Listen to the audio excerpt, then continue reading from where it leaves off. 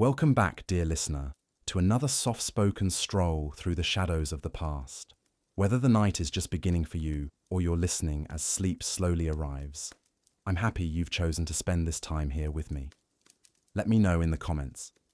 Are you listening from somewhere far and quiet, or in the heart of a busy city winding down? And if these calming explorations bring a sense of rest, please consider subscribing. There are countless more voices from the past still waiting to be heard. But here's what's absolutely mind-blowing. Despite all this brutality, these children grew up to become some of the most feared and respected warriors, explorers, and traders in human history. They discovered America 500 years before Columbus. They struck fear into the hearts of European kingdoms, and they built a civilization that lasted for centuries. So how did such miserable childhoods create such legendary adults?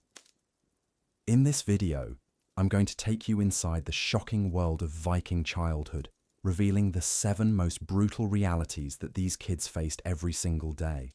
I've spent months researching historical accounts, archaeological evidence, and expert testimonies to uncover the truth about what life was really like for the youngest members of Viking society.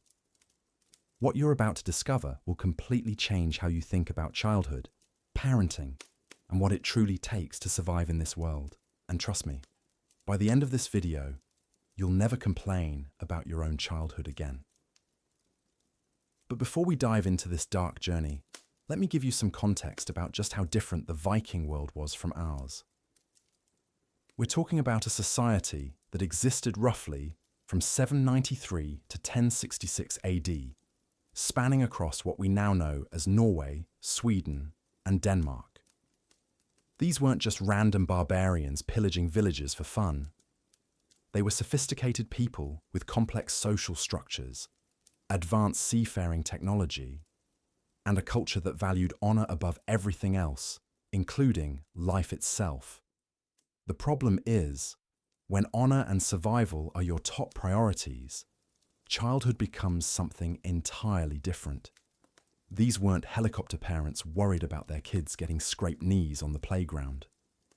These were parents preparing their children for a world where weakness meant death, where winter could kill your entire family, and where your ability to fight determined whether you lived to see another spring.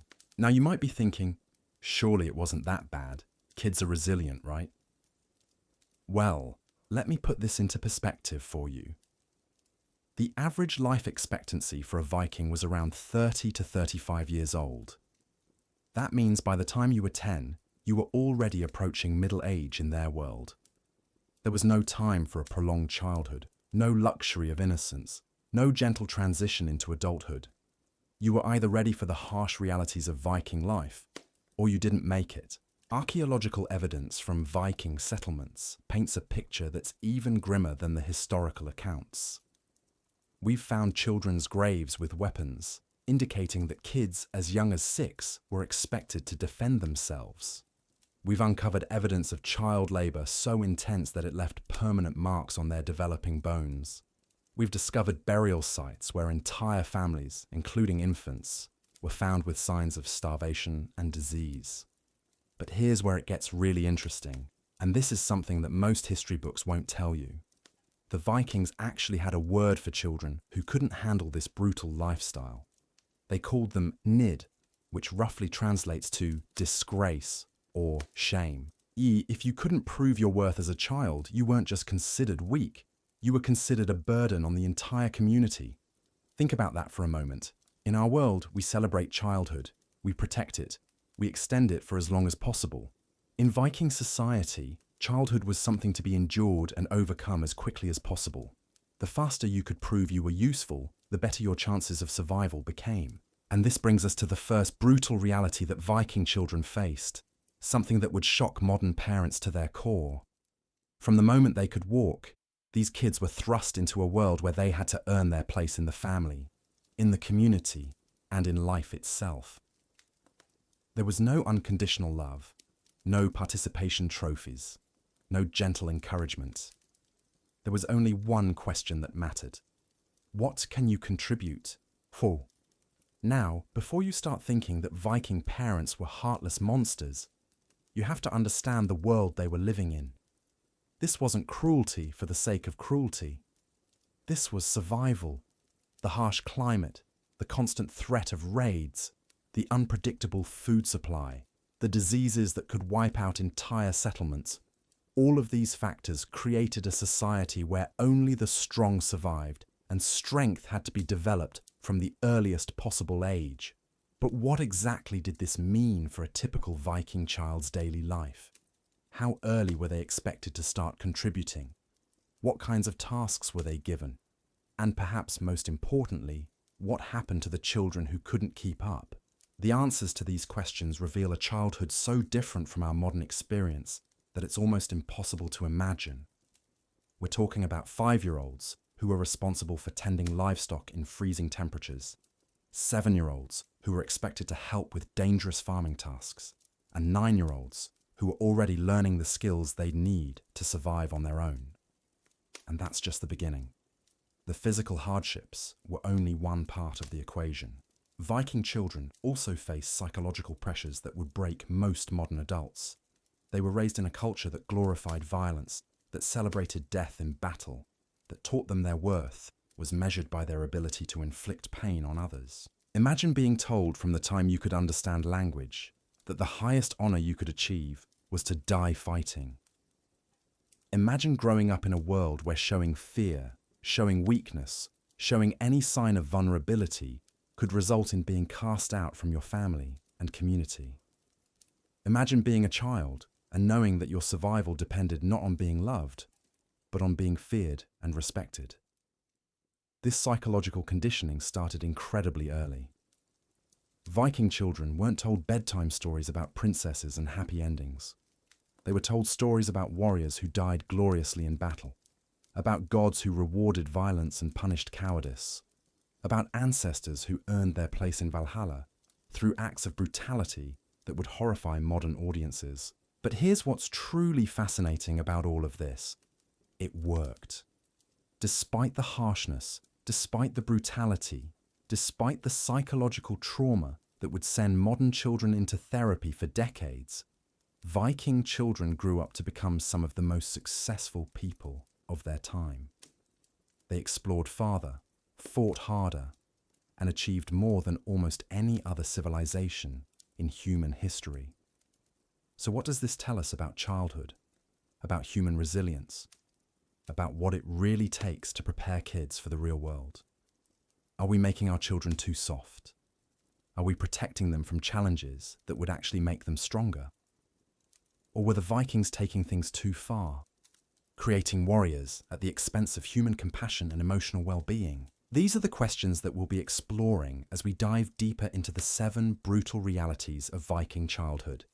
Each one of these realities will challenge everything you think you know about raising children, about what childhood should look like, and about what it means to prepare the next generation for success. The first reality we need to examine is something that happened before these children could even speak, something that determined their fate from the moment they took their first breath. It's a practice so shocking, so alien to our modern sensibilities, that when historians first uncovered evidence of it, many refused to believe it was real. But the archaeological evidence is undeniable, and the historical accounts are consistent across multiple sources. What we're talking about is a practice that put Viking children at risk from day one, that separated the strong from the weak before they even had a chance to prove themselves. And that set the tone for everything that would follow in their short, brutal lives. And before you think you know what I'm talking about, let me tell you that this first reality is probably not what you're expecting.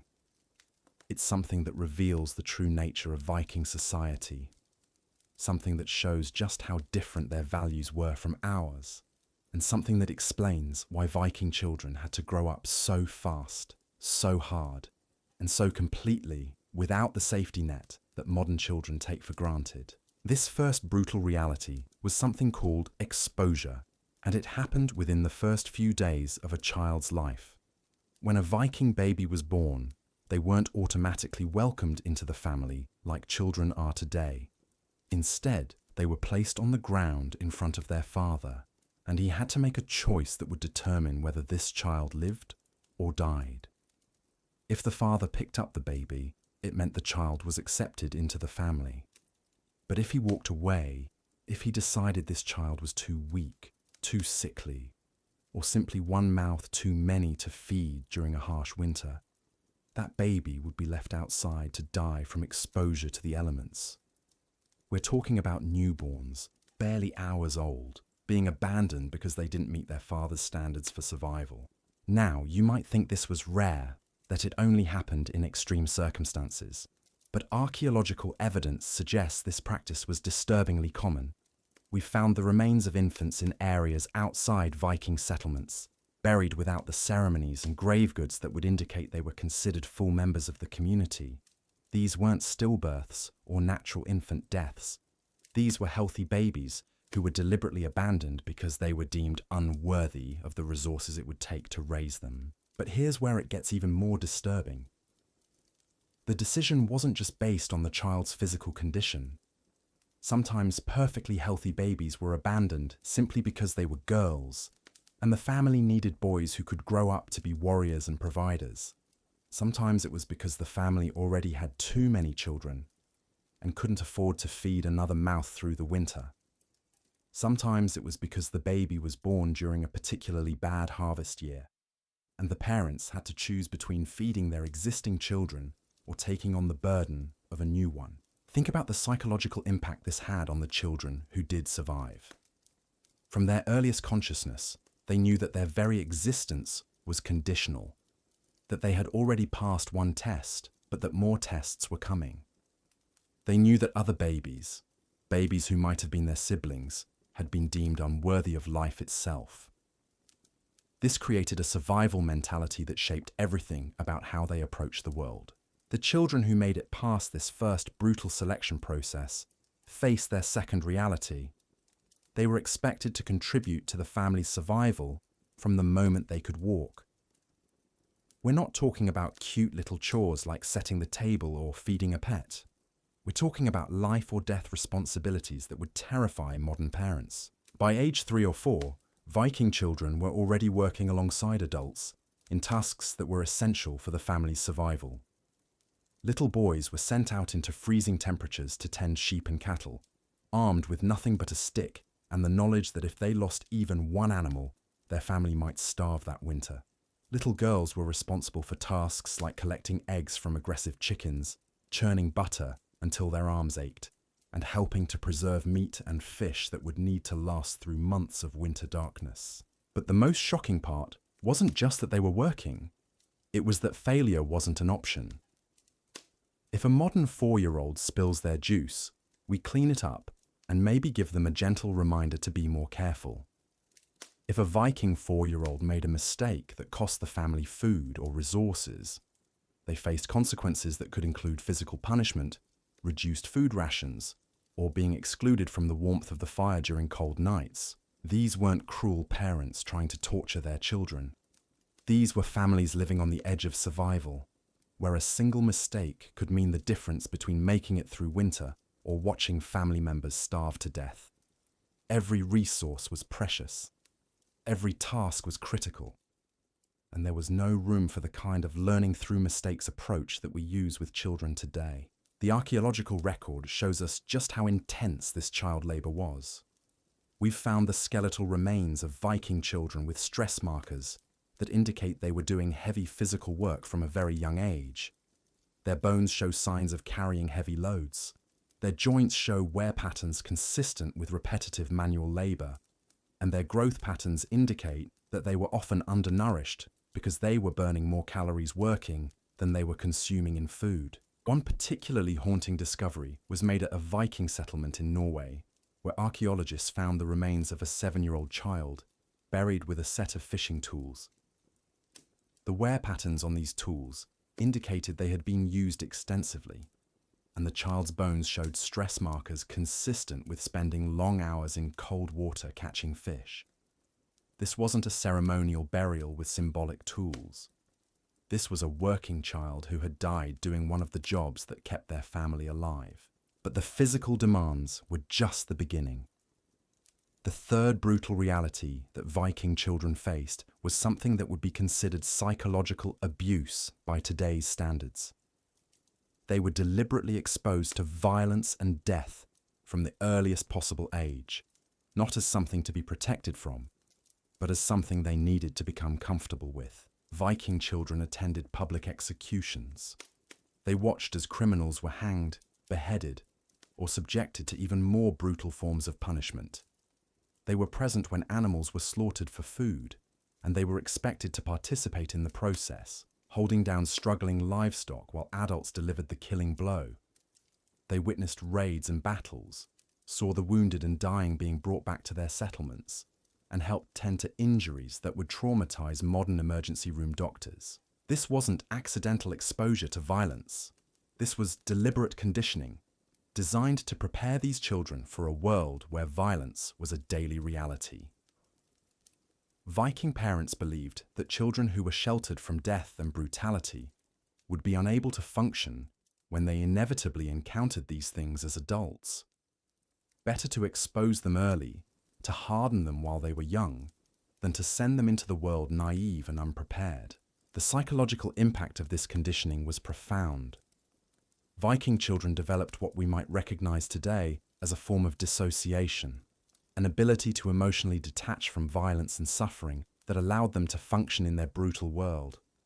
They learned to suppress empathy, to view pain and death as natural parts of life, and to find satisfaction in inflicting violence on others. But this psychological conditioning came at a cost that the Vikings themselves probably didn't fully understand. We can see evidence in their sagas and historical records of what we would now recognize as symptoms of trauma. Viking warriors were known for their berserker rage, a battle frenzy that made them nearly unstoppable in combat, but also made them unpredictable and dangerous even to their own people. Some historians now believe this berserker behavior was actually a form of dissociative episode, a psychological response to the trauma of their violent upbringing. The fourth brutal reality brings us to something that would shock modern educators. Viking children received no formal education as we understand it. There were no schools, no teachers, no books, no systematic approach to learning. Instead, children learned through what we might call survival apprenticeship, where every lesson was directly tied to staying alive in their harsh world. A Viking boy didn't learn to read by sitting in a classroom with picture books. He learned by memorizing the locations of dangerous rocks that could destroy ships, by identifying which clouds meant a deadly storm was coming, by recognizing the tracks of wolves that could kill him if he wandered too far from home. A Viking girl didn't learn math by counting colorful blocks.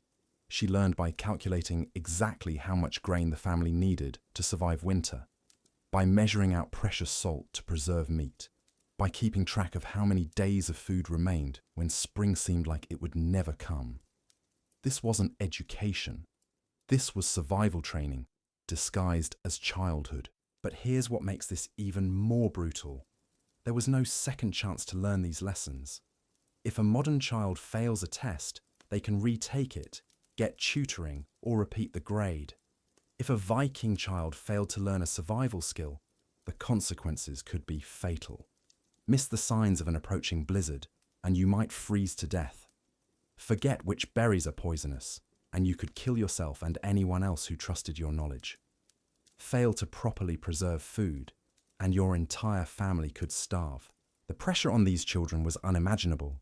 They had to absorb life or death information perfectly the first time, often while exhausted, hungry, and scared. There were no practice runs, no safe environments to make mistakes, no patient teachers who would explain things multiple times. You learned it right, or you died. Archaeological evidence from Viking settlements shows us just how comprehensive this survival education had to be. We've found children's graves that contain miniature versions of adult tools, tiny axes, small knives, fishing hooks sized for small hands. These weren't toys. These were working instruments that children used to contribute to their family's survival.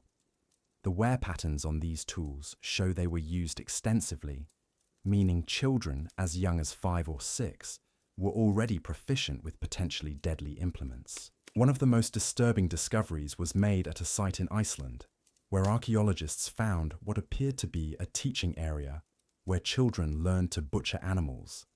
The ground was stained with blood from countless slaughters, and scattered around were small knives and bone tools, clearly designed for children's hands. But what made this discovery truly haunting was the presence of human bones mixed in with the animal remains. Evidence that children were also learning to process human bodies, probably from enemies killed in raids or battles.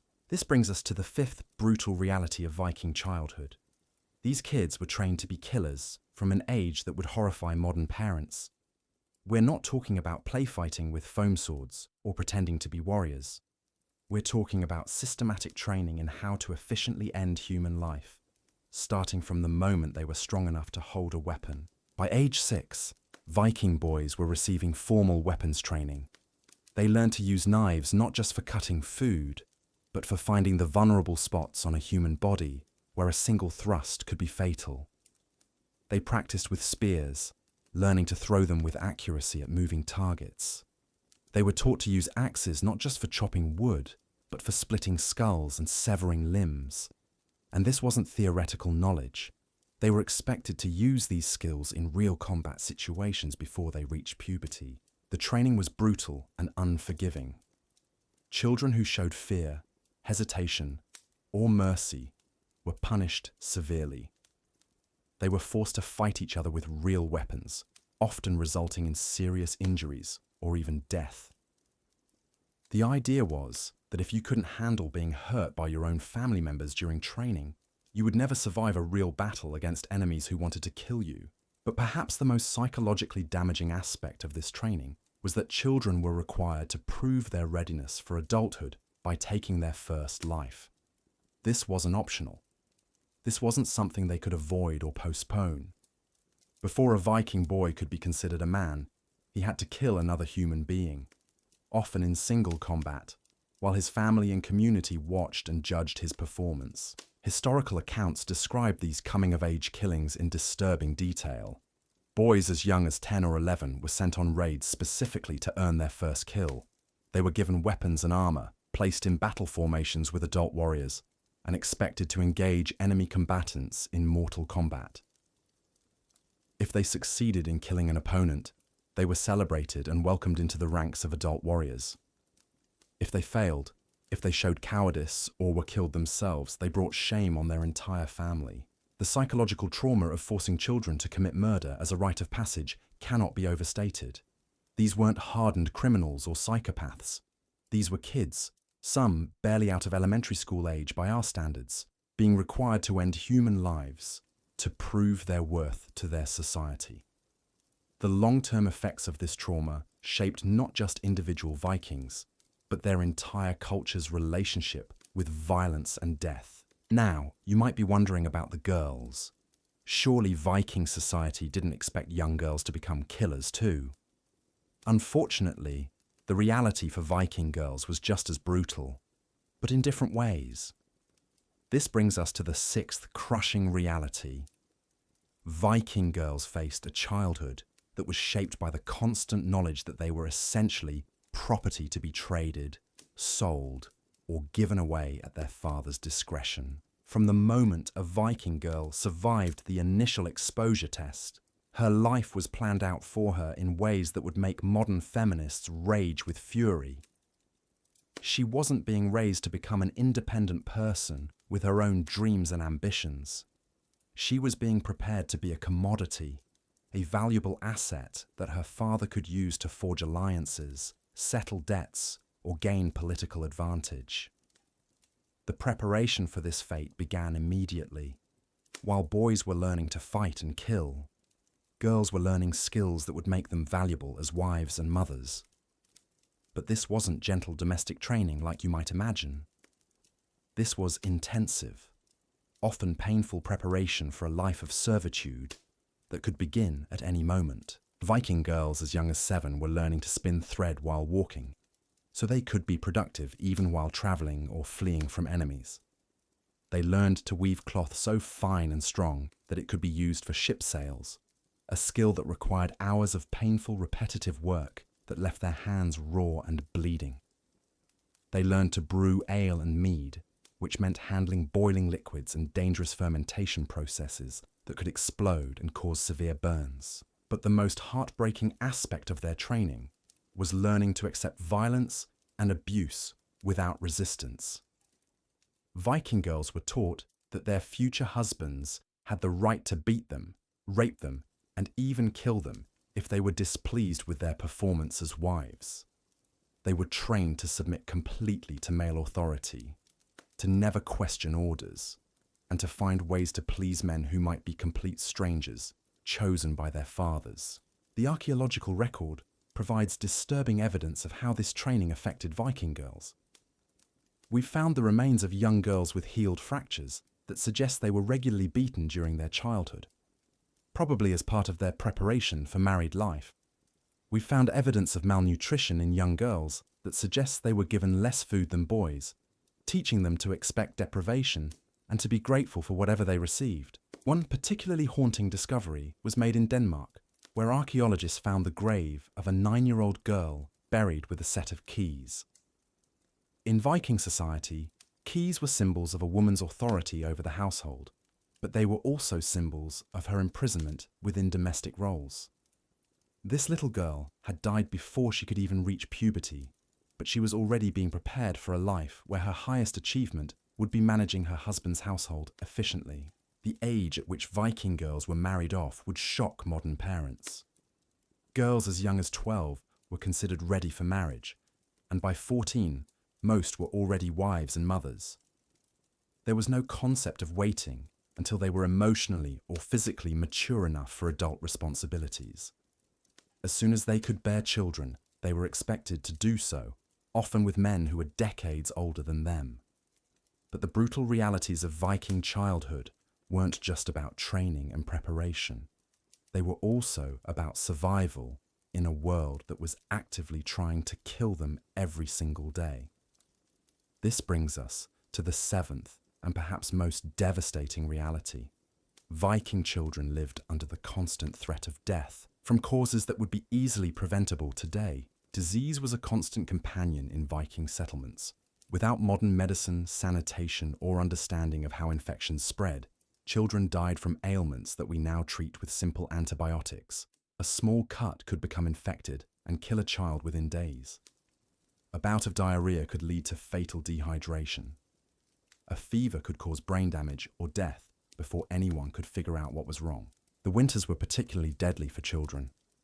Viking settlements were often poorly heated, and children's smaller bodies couldn't maintain warmth as effectively as adults. Frostbite was common, often leading to the loss of fingers, toes, or entire limbs. Hypothermia killed children who couldn't stay warm enough during the long, dark winter months. And when food ran short, children were often the first to starve because adults needed to maintain their strength to hunt, fight, and work. But perhaps most terrifying of all was the constant threat of violence from other humans. Viking children lived in a world where raids, battles, and blood feuds were everyday realities. Enemy warriors didn't distinguish between combatants and children. They killed everyone they could find, often in ways that were designed to terrorize survivors and prevent future resistance. Archaeological evidence from raided Viking settlements paints a picture of horror that's almost too brutal to describe.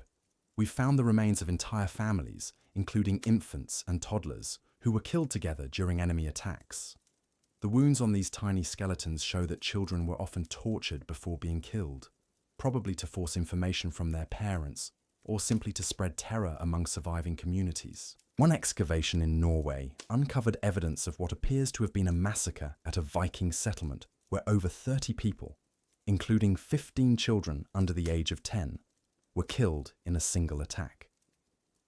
The children's remains showed signs of extreme violence: skulls crushed by axes, small bodies pierced by spears, evidence of burning that suggested they were alive when the settlement was set on fire. Living under this constant threat of violent death shaped every aspect of how Viking children experienced the world. They couldn't form the secure attachments that modern psychologists consider essential for healthy development. They couldn't trust that their parents would be able to protect them. They couldn't believe that tomorrow would be similar to today, because any day could be their last. This uncertainty created a psychological state that we might recognize today as chronic trauma. Viking children developed hypervigilance, constantly scanning their environment for threats. They learned to sleep lightly, ready to wake and run at the first sign of danger. They formed shallow emotional connections, knowing that anyone they loved could be killed at any moment. But here's what's truly remarkable about all of this. Despite facing these 7 brutal realities, despite living in constant fear and pain, despite being denied what we would consider a normal childhood, Viking children didn't just survive, they thrived. They grew up to become some of the most successful explorers, traders, and warriors in human history. How is this possible?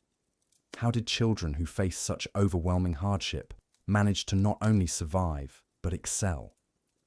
The answer reveals something profound about human resilience and adaptation that challenges everything we think we know about child development and what children actually need to succeed in life.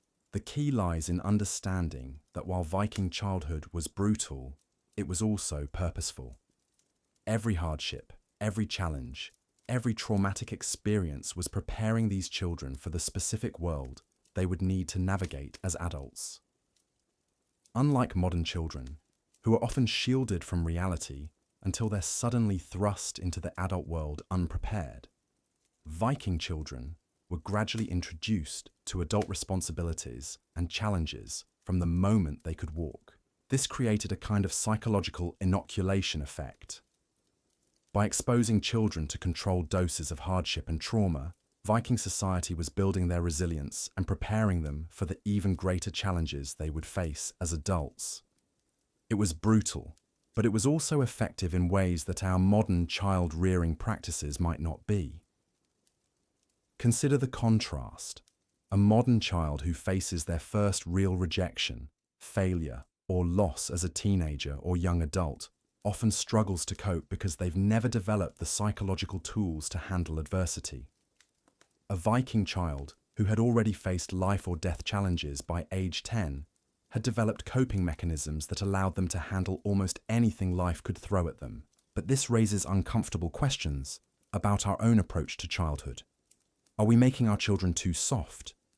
Are we protecting them from challenges that would actually make them stronger? Are we preparing them for a world that no longer exists, while failing to prepare them for the harsh realities they'll actually face? The Viking approach certainly worked for their time and circumstances.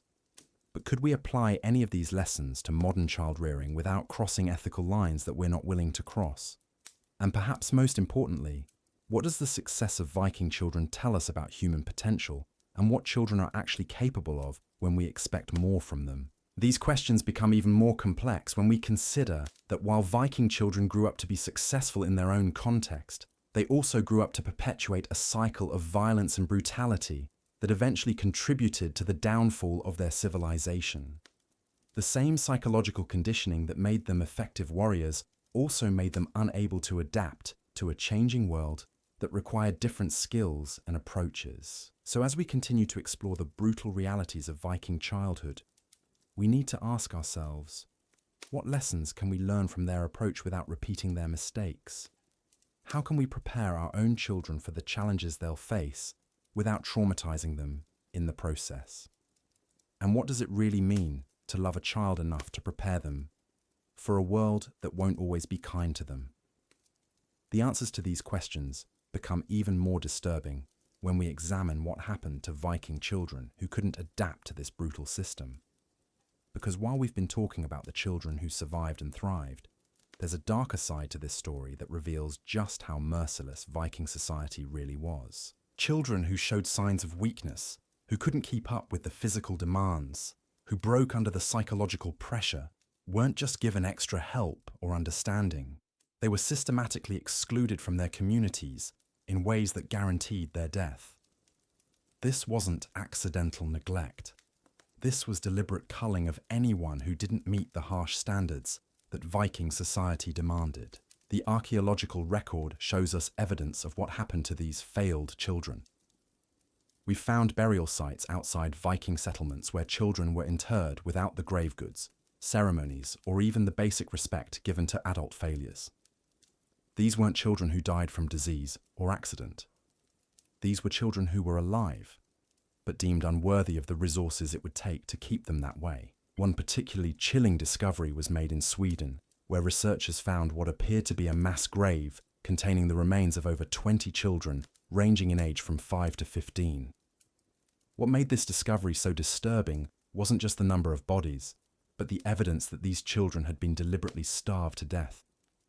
Their bones showed the telltale signs of prolonged malnutrition, but isotope analysis revealed that there had been adequate food available in the settlement during the time of their deaths. These children hadn't died because there wasn't enough food. They had died because the community had decided they weren't worth feeding.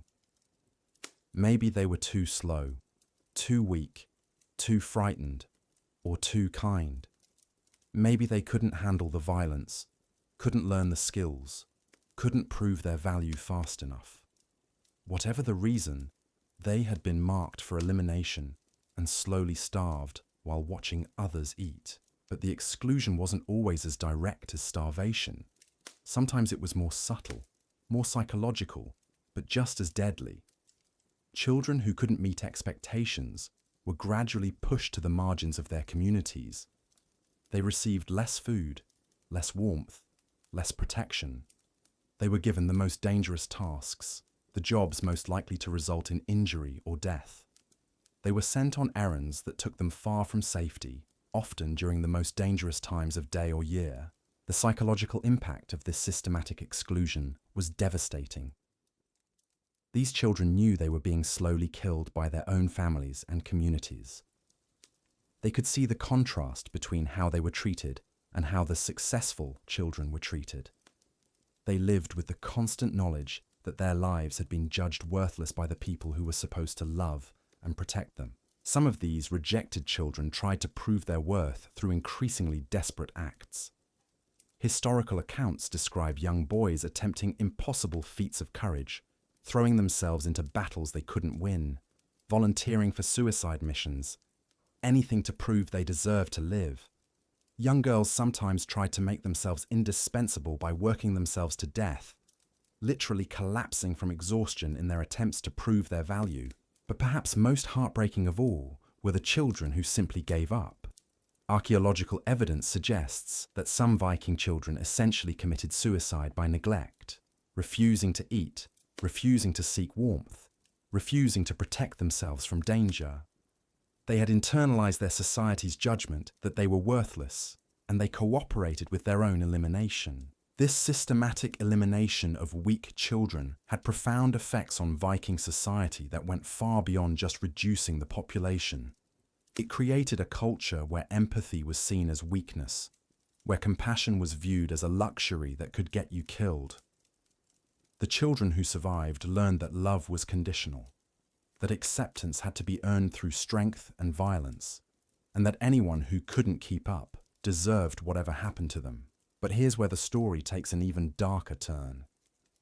The children who did survive this brutal selection process weren't necessarily the strongest, or the smartest, or the most capable. They were the ones who were best at adapting to a system that rewarded cruelty and punished kindness.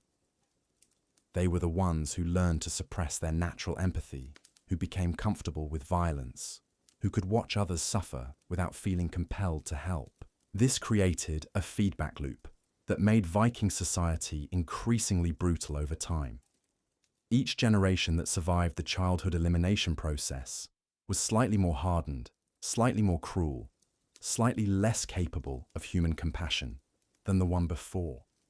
The very process that was supposed to strengthen their society was actually warping it, creating people who were effective warriors but increasingly unable to function in peaceful situations. Archaeological evidence from later Viking settlements shows this progression clearly. Earlier Viking sites show evidence of care for the elderly, the disabled, and the weak. Later sites show much less evidence of this care, suggesting that as the childhood selection process became more severe, the adults it produced became less capable of empathy and compassion. This brings us to another brutal reality that Viking children faced. They were being raised not just to be warriors, but to be the kind of people who could commit atrocities without feeling guilty about it. The psychological conditioning they underwent wasn't just about preparing them for violence. It was about preparing them to enjoy violence, to find satisfaction in causing pain, to view the suffering of others as entertainment or proof of their own superiority. The training methods used to achieve this psychological transformation would be considered torture by modern standards. Children were forced to watch and participate in increasingly brutal acts, with their reactions carefully monitored. Children who showed distress, who tried to look away, who expressed sympathy for victims, were punished severely until they learned to suppress these natural human responses. One historical account describes a training exercise where Viking children were required to torture captured enemies while adult warriors watched and provided feedback on their technique. Children who were too gentle, who killed their victims too quickly, who showed any sign of mercy, were beaten and forced to start over with new victims. The goal wasn't just to teach them how to inflict pain, but to teach them to enjoy it. The psychological techniques used in this conditioning were sophisticated and effective. Children were taught to dehumanize their victims, to view them as less than human, and therefore unworthy of compassion. They were taught to associate violence with pleasure, success, and social approval. They were rewarded for cruelty and punished for kindness until the natural human responses were completely reversed. But perhaps the most insidious aspect of this conditioning was that it was presented as love.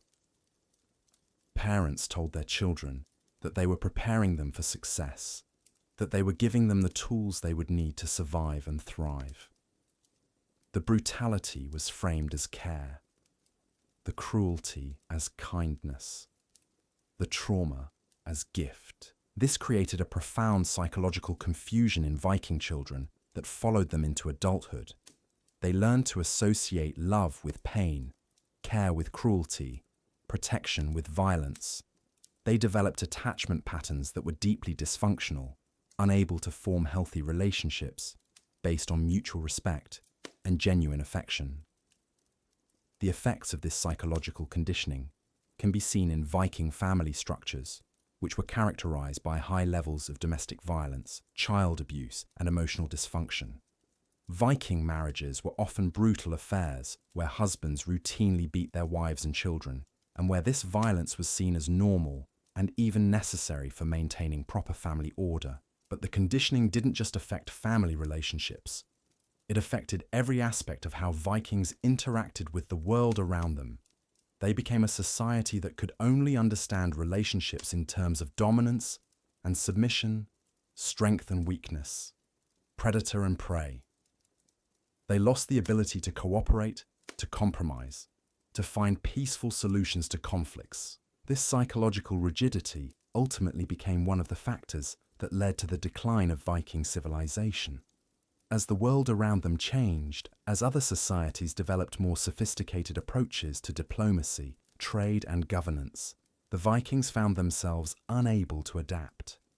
They had been so thoroughly conditioned for violence that they couldn't function effectively in situations that required different skills. The irony is that the very childhood conditioning that made Vikings so successful in their early expansion also made them unable to maintain their success over the long term. They had created a society of warriors who were perfectly adapted for conquest, but completely unprepared for peace, administration, or the kind of complex social cooperation that lasting civilizations require. This brings us to another devastating aspect of Viking childhood that reveals just how completely these children were being prepared for a life of violence and early death. Viking children weren't just trained to be warriors, they were trained to be disposable warriors, people whose primary value lay in their willingness to die for their community's goals. The concept of a good death was central to Viking culture, and children were indoctrinated with this idea from their earliest years. They were taught that the highest honor they could achieve was to die in battle, that living to old age was actually shameful, that a warrior who died in bed had failed to fulfill his purpose in life. This death worship had profound effects on how Viking children viewed their own lives and futures. Unlike modern children, who are taught to plan for long, productive lives, Viking children were taught to plan for glorious deaths. They weren't encouraged to think about what they wanted to accomplish over decades of life. They were encouraged to think about how they wanted to be remembered for the brief, violent lives they were expected to live. Archaeological evidence shows that this death worship was so pervasive that children as young as 8 were being buried with full warrior gear, suggesting that they were already being prepared for deaths that could come at any moment. These weren't ceremonial burials. These were practical preparations for children who were expected to die young and violently. The psychological impact of growing up with the expectation of early, violent death cannot be overstated. These children couldn't form the kind of long-term attachments and goals that provide stability and meaning in normal human development. They lived in a constant state of urgency, knowing that any day could be their last, that any battle could be their final test. This urgency created a kind of intensity that made Vikings incredibly effective in short-term, high-stakes situations. They could throw themselves into battles with a ferocity that terrified their enemies because they genuinely didn't care if they lived or died. They could take risks that other warriors wouldn't dare because death was seen as success rather than failure. But this same intensity made it almost impossible for Vikings to build the kind of stable, long-term institutions that lasting civilizations require. They were so focused on immediate, violent solutions that they couldn't develop the patience and persistence needed for agriculture, architecture, governance, or any of the other skills that turn temporary conquests into permanent achievements. The children who grew up under this system were psychologically incapable of the kind of long-term thinking that builds civilizations. They had been trained to think in terms of battles and raids, not generations and centuries. They could conquer territories, but they couldn't hold them. They could inspire fear, but they couldn't inspire loyalty. They could destroy, but they couldn't create. And perhaps most tragically of all, they couldn't raise children who were any different from themselves. The traumatized, violence-obsessed adults that the Viking childhood system produced could only pass on trauma and violence to the next generation. They had no model for healthy child rearing, no understanding of how to prepare children for anything other than the same brutal existence they had endured. This created a cycle of trauma that lasted for generations, where each cohort of Viking children was slightly more damaged than the one before, slightly less capable of human connection, slightly more dependent on violence as their primary means of interacting with the world. The long-term effects of this generational trauma can be seen in the historical record of Viking society's decline. As the childhood conditioning became more extreme, the adults it produced became less capable of the flexibility and adaptability that changing circumstances required. They became locked into patterns of behavior that had once been successful, but were no longer appropriate for the world they found themselves in. But before we completely condemn the Viking approach to childhood, we need to acknowledge something that modern parents often struggle with. Their system did produce results. Despite all the brutality, despite all the trauma, despite all the psychological damage, Viking children grew up to achieve things that seem almost impossible by modern standards. These were people who could navigate by the stars across thousands of miles of open ocean, who could survive for months in conditions that would kill modern adults within days, who could maintain their courage and effectiveness in life or death situations that would paralyze people raised in our more protected environment. They discovered and colonized Iceland, Greenland, and parts of North America centuries before other Europeans even knew these places existed. They established trade routes that stretched from Greenland to Constantinople, creating economic networks that connected disparate parts of the known world. They developed technologies and techniques that were centuries ahead of their time. And they did all of this while maintaining a complex social structure, a rich oral tradition, and a sophisticated understanding of law, governance, and social organization that in many ways was more advanced than what existed in other parts of Europe during the same period. The question we have to ask ourselves is, could they have achieved these same things without the brutal childhood conditioning? Could there have been a way to prepare Viking children for their harsh world without traumatizing them in the process? Or was the trauma itself somehow essential to developing the psychological characteristics that made their achievements possible? These questions become even more complex when we consider that the Viking approach to childhood, while extreme, was actually not that different from childhood in many other historical societies. The idea that children should be protected from hardship, that they should have extended periods of play and learning without real responsibility, that they should be shielded from the realities of adult life until they're emotionally ready to handle them. These are very modern concepts that would have seemed strange and even dangerous to most historical societies. From this perspective, the Vikings weren't unusually cruel to their children. They were simply more honest about the harsh realities of life and more systematic in their approach to preparing children for those realities. While other societies might have gradually exposed children to hardship through necessity or circumstance, the Vikings deliberately designed their child-rearing practices to create the kind of adults their society needed. This raises uncomfortable questions about our own approach to childhood and child-rearing. Are we preparing our children for the world they'll actually face, or are we preparing them for an idealized world that doesn't exist? Are we building resilience and capability, or are we creating dependence and fragility? Are we giving our children the tools they'll need to succeed, or are we protecting them from the very experiences that would teach them those tools? The Viking example suggests that children are capable of far more than we typically expect from them, that they can handle much greater responsibilities and challenges than we usually give them, and that they can develop remarkable capabilities when those capabilities are necessary for survival. But it also shows the terrible cost of pushing children too far, too fast, in ways that prioritize short-term effectiveness over long-term psychological health and social stability.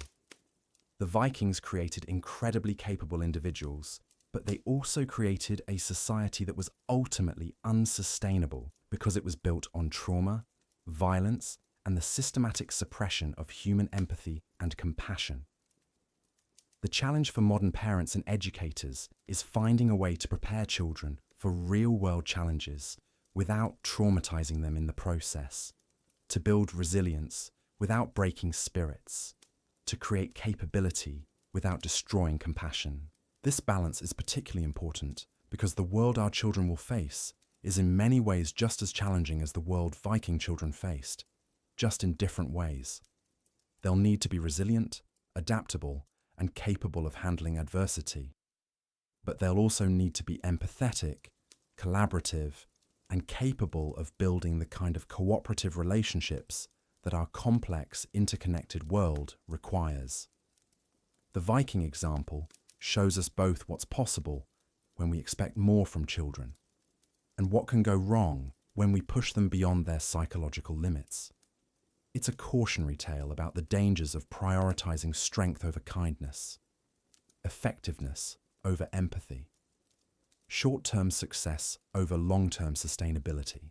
But it's also a reminder that children are far more capable and resilient than we often give them credit for, and that sometimes our desire to protect them from hardship might actually be preventing them from developing the capabilities they'll need to handle the real challenges they'll face in their own lives.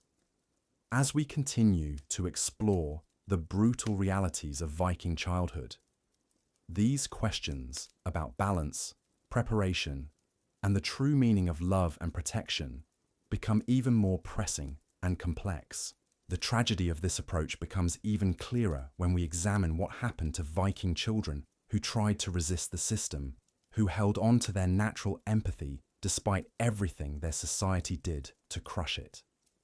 These children faced a particularly cruel fate because they were seen not just as weak, but as actively dangerous to the community's survival.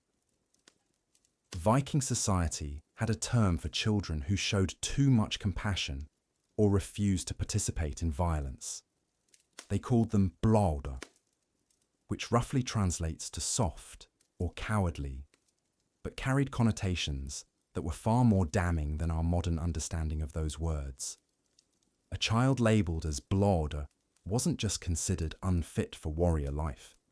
They were considered a threat to the entire community's survival. The reasoning behind this harsh judgment reveals the psychological trap that Viking society had created for itself. They believed that compassion was contagious, that if one child refused to participate in violence, others might follow their example. This could weaken the entire generation's willingness to fight, leaving the community vulnerable to enemies who had no such qualms about brutality. Archaeological evidence from several Viking sites shows what happened to these compassionate children. We found burial sites where young people were interred with their hands bound, suggesting they were tied up before being killed. Isotope analysis of their bones reveals that they were often starved for extended periods before death, probably as punishment for their refusal to conform to violent expectations. One particularly haunting discovery was made in Norway, where researchers found the remains of a 12-year-old boy buried in a bog, far from any settlement. The preservation conditions allowed them to determine that he had been beaten severely before death, with injuries consistent with prolonged torture. Most disturbing of all, carved into a piece of wood found near the body, was a runic inscription that roughly translates to, "He who will not kill deserves to die." This wasn't an isolated incident. Historical sagas contain numerous references to children being executed for showing mercy, for refusing to participate in raids, or for trying to help enemy wounded. These accounts are often presented as moral lessons, warnings to other children about what happens when you let compassion override the survival needs of your community. But the system's cruelty went beyond just punishing individual children. Viking society also punished families whose children showed signs of excessive empathy. Parents of compassionate children were shamed, ostracized, and sometimes even exiled from their communities.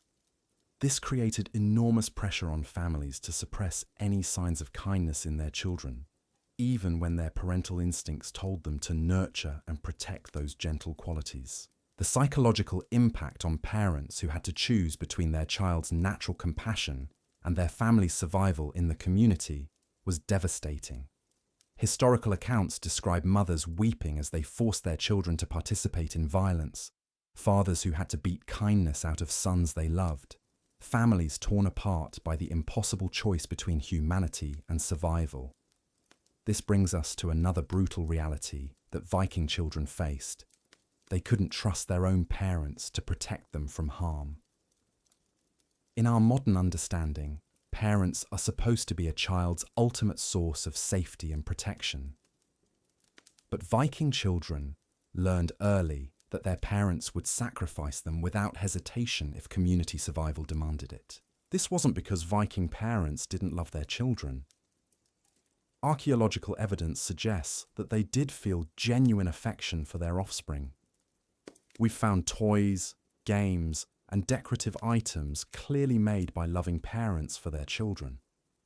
We found evidence of parents going to great lengths to save sick children, traveling long distances to find healers or rare medicines. But this love was always conditional, always secondary to the community's needs. If the choice came down to saving their child or saving their community, Viking parents were expected to choose the community every time. Children knew this, and it shaped every aspect of how they related to their families and understood their place in the world. The psychological impact of knowing that your parents' love was conditional created a form of attachment disorder that affected Viking children throughout their lives. They learned to be self-reliant to an extreme degree because they couldn't trust anyone else to protect them consistently. They developed a deep suspicion of emotional intimacy because they had learned that people who claim to love you might still betray you if circumstances demanded it. This emotional isolation was reinforced by the competitive nature of Viking childhood. Children weren't just expected to prove themselves worthy. They were expected to prove themselves more worthy than their siblings and peers. Brothers competed against brothers, sisters against sisters, friends against friends, all knowing that there might not be enough resources, opportunities, or survival spots for everyone.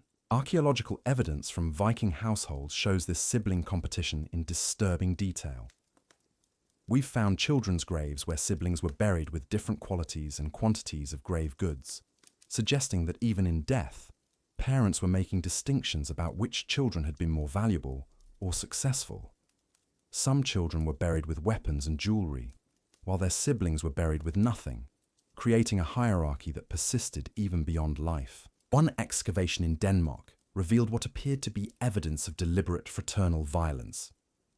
The skeletons of two brothers, aged approximately 8 and 10, were found with injuries that suggested they had killed each other in combat. The positioning of the bodies and the nature of the wounds indicated this wasn't an accident or play fighting gone wrong. These children had engaged in mortal combat, probably as part of some test or competition that their family or community had arranged. The pressure to outperform siblings created a toxic family dynamic where children couldn't rely on each other for support or comfort. Instead of developing the kind of sibling bonds that provide emotional stability and mutual protection, Viking children learned to view their brothers and sisters as threats to their own survival. This isolation made them even more psychologically vulnerable and dependent on external validation from adults who might withdraw their approval at any moment. But perhaps the most psychologically damaging aspect of Viking childhood was the complete absence of what we would recognize as unconditional love. Modern child development research shows that children need to feel loved and valued simply for existing, not just for what they can accomplish or contribute. This unconditional acceptance provides the emotional foundation that allows children to take risks, make mistakes, and develop their own identity without fear of abandonment. Viking children never experienced this kind of acceptance. Their worth was always tied to their performance, their usefulness, their ability to contribute to family and community survival. They had to earn love through achievement, and that love could be withdrawn at any moment if their performance declined or if circumstances changed. This created a psychological state that we might recognize today as chronic performance anxiety mixed with attachment disorder. Viking children lived in constant fear that they weren't good enough, that they might lose the minimal love and protection they had managed to earn, that any mistake could result in abandonment or death. The long-term effects of this conditional love system can be seen in adult Viking behavior and social structures. Vikings developed a culture that was obsessed with reputation, honor, and public recognition, because these external markers of worth had replaced the internal sense of value that should have been developed during childhood. They became people who could only feel good about themselves when others acknowledged their achievements, and who were willing to risk everything to maintain their public image. This psychological neediness made Vikings incredibly vulnerable to manipulation and control by leaders who understood how to exploit their desperate need for approval and recognition. It also made them unable to form the kind of stable, trusting relationships that healthy societies require. Everyone was always performing, always competing, always trying to prove their worth to others who were doing exactly the same thing. The absence of unconditional love also meant that Viking children never developed a secure sense of self. Instead of learning to value themselves as human beings with inherent worth, they learned to value themselves only as warriors, workers, or breeding stock. Their entire identity became tied to their function rather than their humanity. This functional identity made Vikings incredibly effective at their designated roles, but it also made them incredibly brittle when those roles were threatened or became obsolete. A warrior who was injured and could no longer fight didn't just lose his job, he lost his entire sense of self. A woman who couldn't bear children didn't just face practical difficulties, she faced an existential crisis that could lead to suicide or complete psychological breakdown. The archaeological record provides disturbing evidence of how this identity crisis affected Vikings, who could no longer fulfill their expected functions. We've found burial sites where disabled warriors were interred with evidence of suicide, suggesting they chose death rather than live with the shame of being unable to fight. We've found the remains of older women who appear to have been deliberately starved or poisoned, probably because they were no longer useful for reproduction or heavy labor. But the cruelest aspect of this functional identity system was how it affected children who were born with disabilities, or who developed health problems that prevented them from fulfilling their expected roles. These children faced not just the practical challenges of their conditions, but the complete rejection of their society and families. Archaeological evidence suggests that disabled Viking children were often killed shortly after their disabilities became apparent, sometimes through direct violence, but more often through deliberate neglect that allowed disease or malnutrition to finish what their families were unwilling to do directly. We've found the remains of children with cleft palates, club feet, and other conditions that would be easily treatable today, but that marked them as useless in Viking society. One particularly heartbreaking discovery was made in Iceland, where archaeologists found the skeleton of a child who had been born with what appears to have been cerebral palsy. The child had lived to approximately age 7, but isotope analysis showed that they had been severely malnourished for most of their life. Most disturbing of all, the child had been buried alone, far from the family burial ground, suggesting that even in death, they were not considered part of the family. The treatment of disabled children reveals perhaps the most fundamental cruelty of Viking childhood: the complete absence of value placed on human life for its own sake. Children weren't loved because they were human beings with inherent worth and dignity. They were valued only for what they could contribute to their family and community's survival and success. This utilitarian approach to human life created a society where empathy, compassion, and care for the vulnerable were seen as dangerous weaknesses that threatened everyone's survival. Vikings learned to suppress their natural human instincts to protect and nurture the helpless, because those instincts could get them killed in their harsh world. But suppressing these instincts came at a terrible psychological cost that affected not just individuals, but their entire civilization.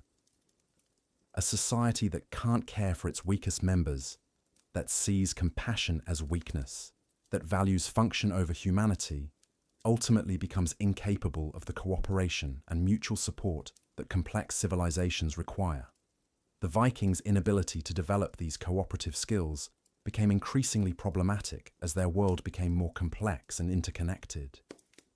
As they encountered other societies that had learned to balance strength with compassion, individual achievement with collective welfare, they found themselves at a disadvantage that their warrior training couldn't overcome. Their childhood conditioning had made them incredibly effective at conquest and destruction, but completely ineffective at the kind of governance, diplomacy, and social coordination that would have allowed them to maintain their conquests and build lasting institutions. They could terrify their enemies, but they couldn't inspire loyalty from their subjects. They could take territories, but they couldn't administer them effectively. This brings us to what might be the most tragic aspect of the Viking approach to childhood. It was ultimately self-defeating. The very qualities that made Viking children grow up to be effective warriors also made them incapable of building the kind of society that could survive and thrive over the long term. The trauma, the violence, the suppression of empathy, the conditional love, the constant competition, all of these created adults who were psychologically damaged in ways that made them unable to adapt to changing circumstances or develop new approaches when their old methods stopped working. As the medieval world became more sophisticated, as other societies developed more effective approaches to governance, trade, and diplomacy, the Vikings found themselves increasingly isolated and irrelevant. Their childhood conditioning had made them specialists in a type of warfare and lifestyle that was becoming obsolete, but it had also made them unable to learn new skills or adopt new approaches. The irony is that the Vikings' commitment to preparing their children for the harsh realities of their world ultimately made those children unable to change that world or adapt to new realities. They had become so specialized for survival in one particular type of harsh environment that they couldn't function effectively when that environment changed. This raises profound questions about how we prepare children for an uncertain future. The Vikings were trying to give their children the tools they needed to succeed in the world as they understood it. But by making their preparation too specific, too rigid, too focused on one particular set of challenges, they actually made their children less capable of handling the different challenges that eventually arose. The Viking example suggests that true preparation for an uncertain future requires not just toughness and resilience, but also flexibility, adaptability, and the ability to learn new approaches when old ones stop working. It requires not just individual strength, but also the ability to cooperate with others and build the kind of social connections that provide mutual support during difficult times. Most importantly, it suggests that preparing children for hardship shouldn't come at the cost of their humanity.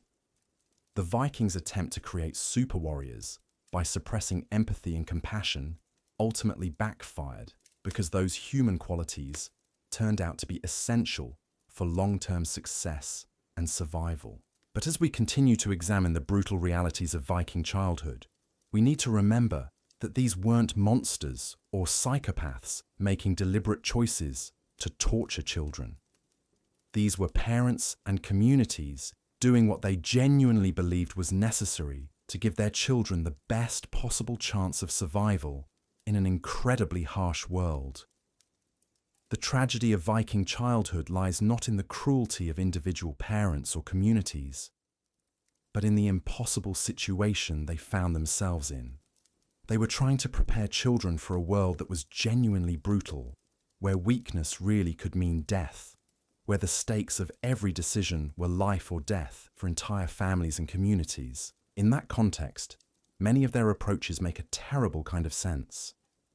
If your child really might need to kill someone before they reach puberty in order to survive, then starting weapons training early becomes a form of love rather than abuse. If showing mercy really could get your entire family killed by enemies who show no mercy themselves, then suppressing empathy becomes a survival skill rather than psychological damage. The question we have to ask ourselves is, were there alternatives? Could Viking parents have found ways to prepare their children for their harsh world without traumatizing them so severely? Could they have built resilience without destroying compassion, strength without eliminating empathy? Or were they trapped by circumstances beyond their control, forced to choose between their children's psychological well-being and their physical survival, with no good options available? These questions become even more complex when we consider that some Viking children did manage to maintain their humanity despite the brutal conditioning they experienced. Archaeological and historical evidence suggests that there were Vikings who found ways to be both effective warriors and compassionate human beings, who managed to succeed in their violent world without losing their capacity for love and empathy. But these individuals were exceptions, and they often paid a high price for maintaining their humanity in a society that saw it as weakness. Many of them died young, killed by enemies, or even by their own people who saw their compassion as a threat to community survival. The existence of these exceptions raises tantalizing questions about what might have been possible if Viking society had found ways to value both strength and compassion, both individual achievement and collective welfare, both warrior skills and human empathy. Could they have created a civilization that was both effective and humane? Could they have prepared their children for their harsh world without destroying their capacity for love and cooperation? Could they have built something that lasted, something that adapted and grew instead of burning bright and then collapsing? We'll never know the answers to these questions, but they remain relevant as we think about how to prepare our own children for the challenges they'll face in their own uncertain futures. The psychological warfare that Viking society waged against its own children didn't end with weapons training and exposure to violence. There was another layer of brutality that modern parents would find almost incomprehensible. The deliberate destruction of childhood innocence through forced participation in the darkest aspects of human behavior. Viking children weren't just witnesses to their society's brutality. They were active participants in rituals and practices that would traumatize modern adults, let alone children.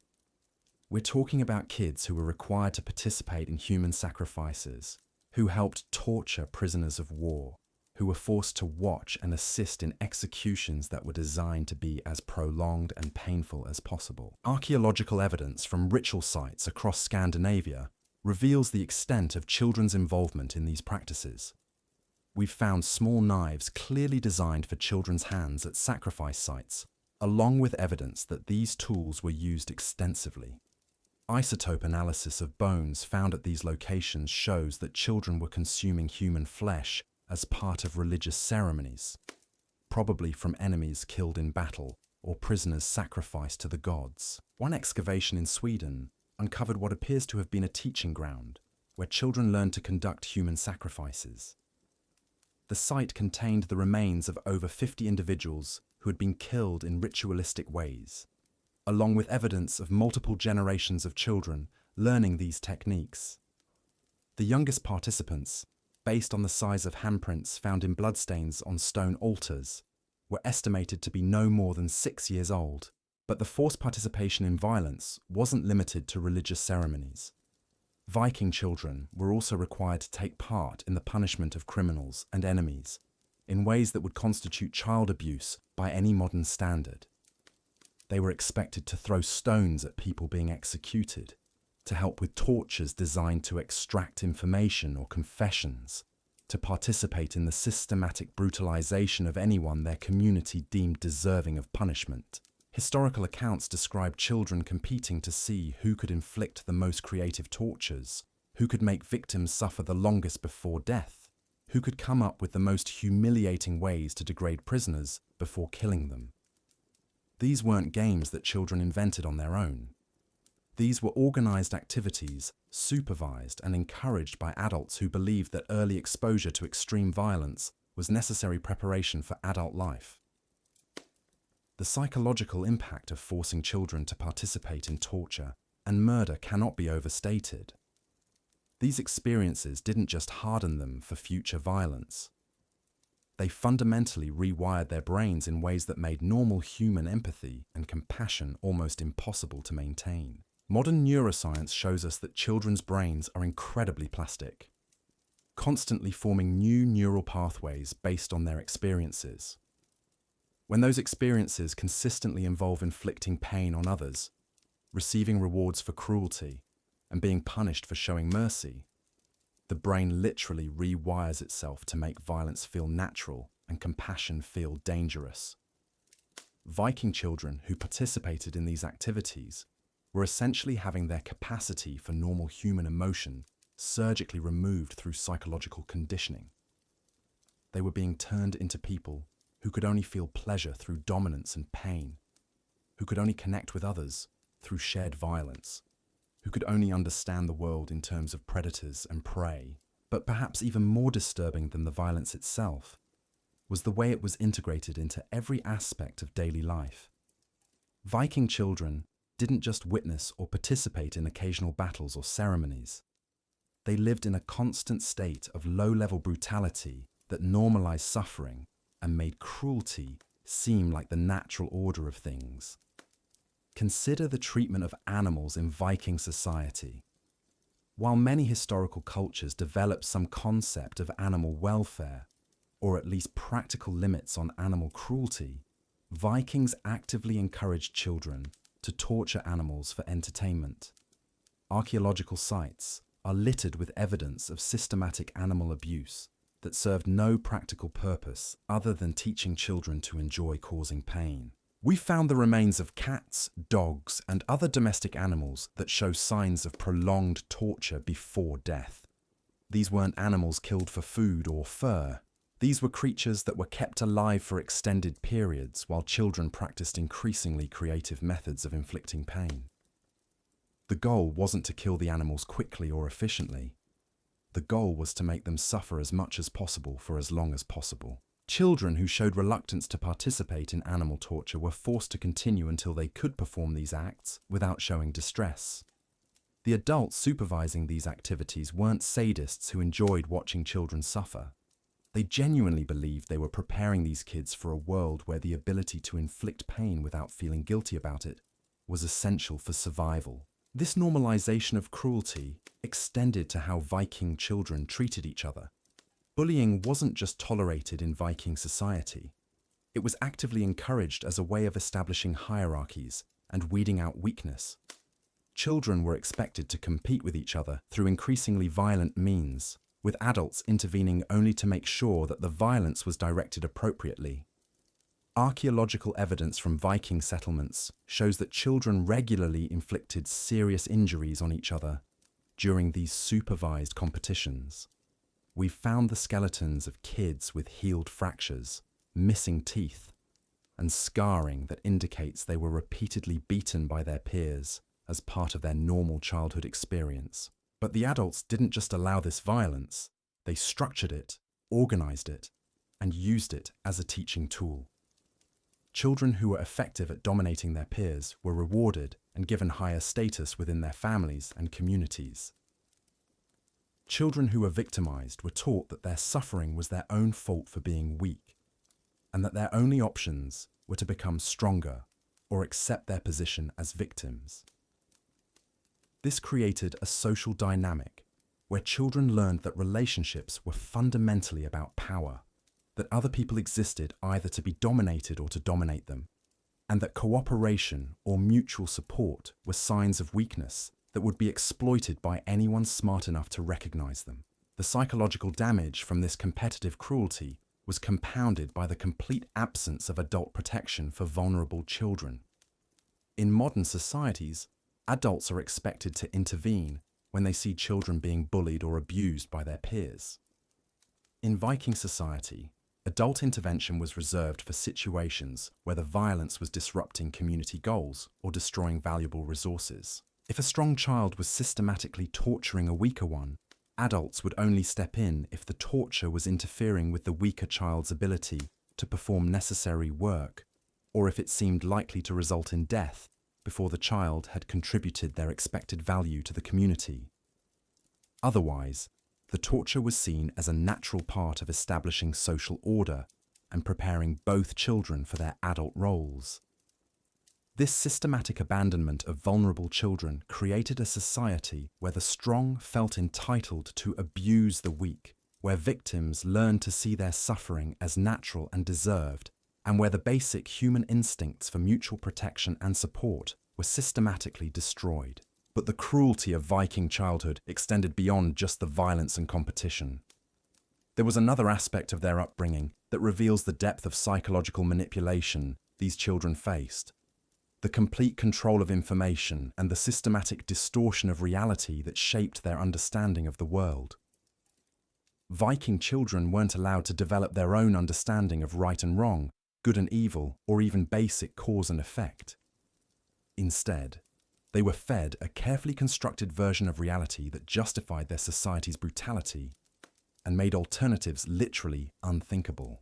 From their earliest years, Viking children were told stories that portrayed violence as noble, cruelty as necessary, and compassion as dangerous weakness that led to destruction and death. They weren't just taught that their enemies were evil. They were taught that evil was defined as anything that interfered with their community's ability to dominate and control others. These weren't just bedtime stories or entertainment. These were systematic indoctrination sessions designed to shape how children understood the fundamental nature of reality.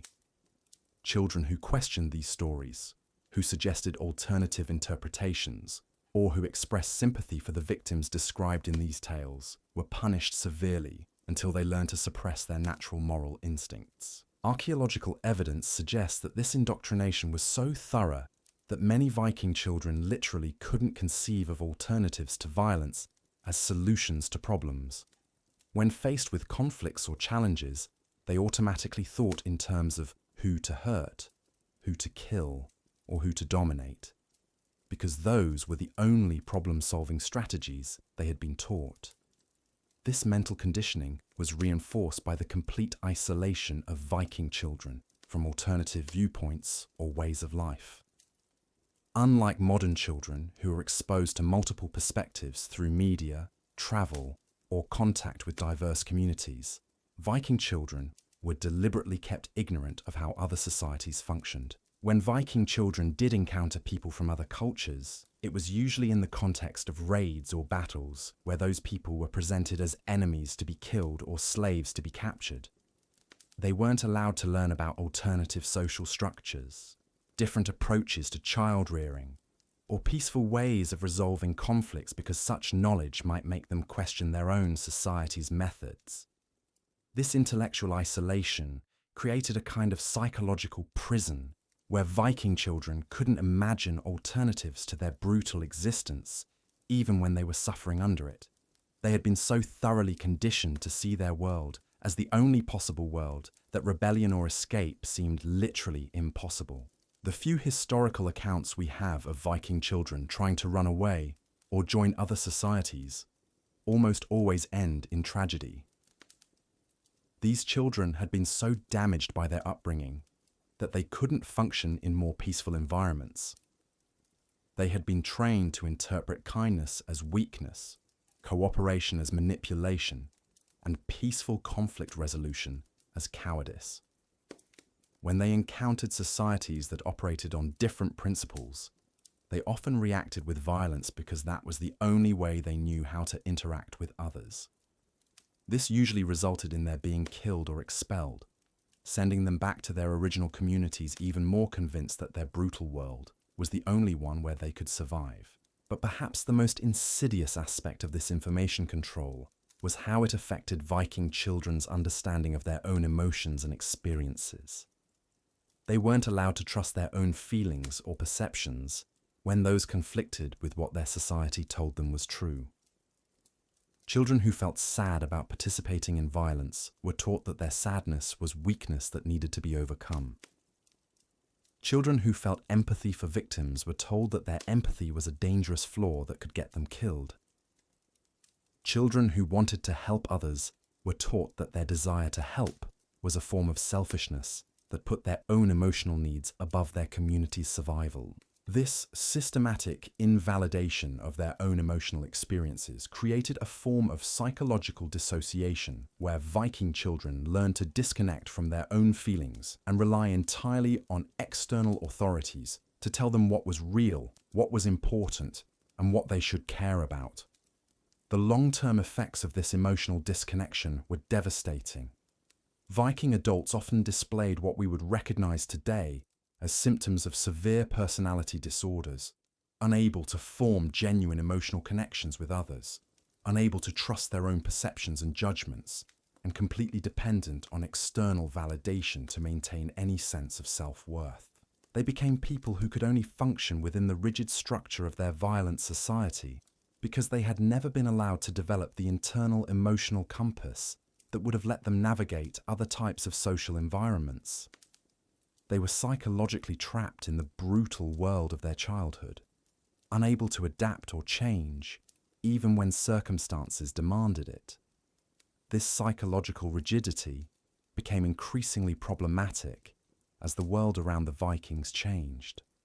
As other societies developed more sophisticated approaches to governance, trade, and diplomacy, Vikings found themselves unable to compete because they literally couldn't understand how these alternative systems worked.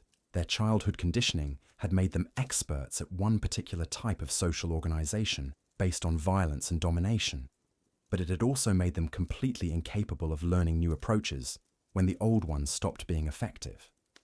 They were like people who had been trained to be perfect soldiers, but had never been taught how to be anything else. The tragedy is that many individual Vikings probably had the intelligence and potential to adapt to changing circumstances, but they had been so thoroughly conditioned during childhood that they couldn't access those capabilities. Their natural flexibility and creativity had been systematically destroyed in favor of rigid adherence to violent solutions. This brings us to another brutal reality of Viking childhood that reveals just how completely these children were being prepared for a life of psychological dependency and emotional emptiness. The conditioning they received didn't just make them violent, it made them incapable of finding meaning or satisfaction in anything other than violence. Viking children were taught that their worth as human beings was entirely dependent on their ability to dominate others through force. They weren't valued for their intelligence, creativity, kindness, or any other human qualities that might have given them alternative sources of self-esteem and purpose. They were valued only as weapons, and they learned to value themselves the same way. This created a psychological addiction to violence that went far beyond simple conditioning or habit. Vikings needed violence the way other people need food or water. It was the only way they knew how to feel powerful, important, or alive. Without the opportunity to hurt others, they experienced something like withdrawal symptoms, depression, anxiety, and a crushing sense of meaninglessness. Archaeological evidence suggests that Vikings, who were unable to participate in raids or battles due to injury or age, often fell into severe psychological decline. We found the remains of former warriors who appear to have deliberately starved themselves or committed suicide, rather than live without the violence that had given their lives meaning. But the addiction to violence wasn't just individual, it was cultural, built into every aspect of how Viking society functioned. Their economy was based on raiding and conquest. Their social structure was organized around warrior hierarchies. Their religion celebrated death in battle as the highest possible achievement. Their art, literature, and entertainment all glorified violence and depicted peaceful activities as boring or shameful. This created a society that literally couldn't function without war. When there weren't external enemies to fight, Vikings turned on each other, engaging in blood feuds and internal conflicts that could last for generations. When those conflicts were resolved, they had to find new enemies or risk psychological and social collapse. The children growing up in this environment learned that violence wasn't just acceptable or necessary. It was the only thing that mattered, the only source of meaning and purpose in life. They were being prepared not just to be warriors, but to be people who couldn't imagine any other way of existing. This psychological dependency on violence had devastating effects on Viking family life and social relationships. Parents couldn't show love for their children without also preparing them for violence. Spouses couldn't express affection without also demonstrating their readiness to fight for each other. Friends couldn't enjoy each other's company without also proving their loyalty through shared participation in brutal activities. Every relationship was contaminated by the need to maintain warrior identity and readiness for violence. Vikings couldn't simply relax and enjoy human connection because they had been taught that such relaxation was dangerous weakness that could get them killed. This constant tension and vigilance created a society that was extraordinarily stressful for everyone involved.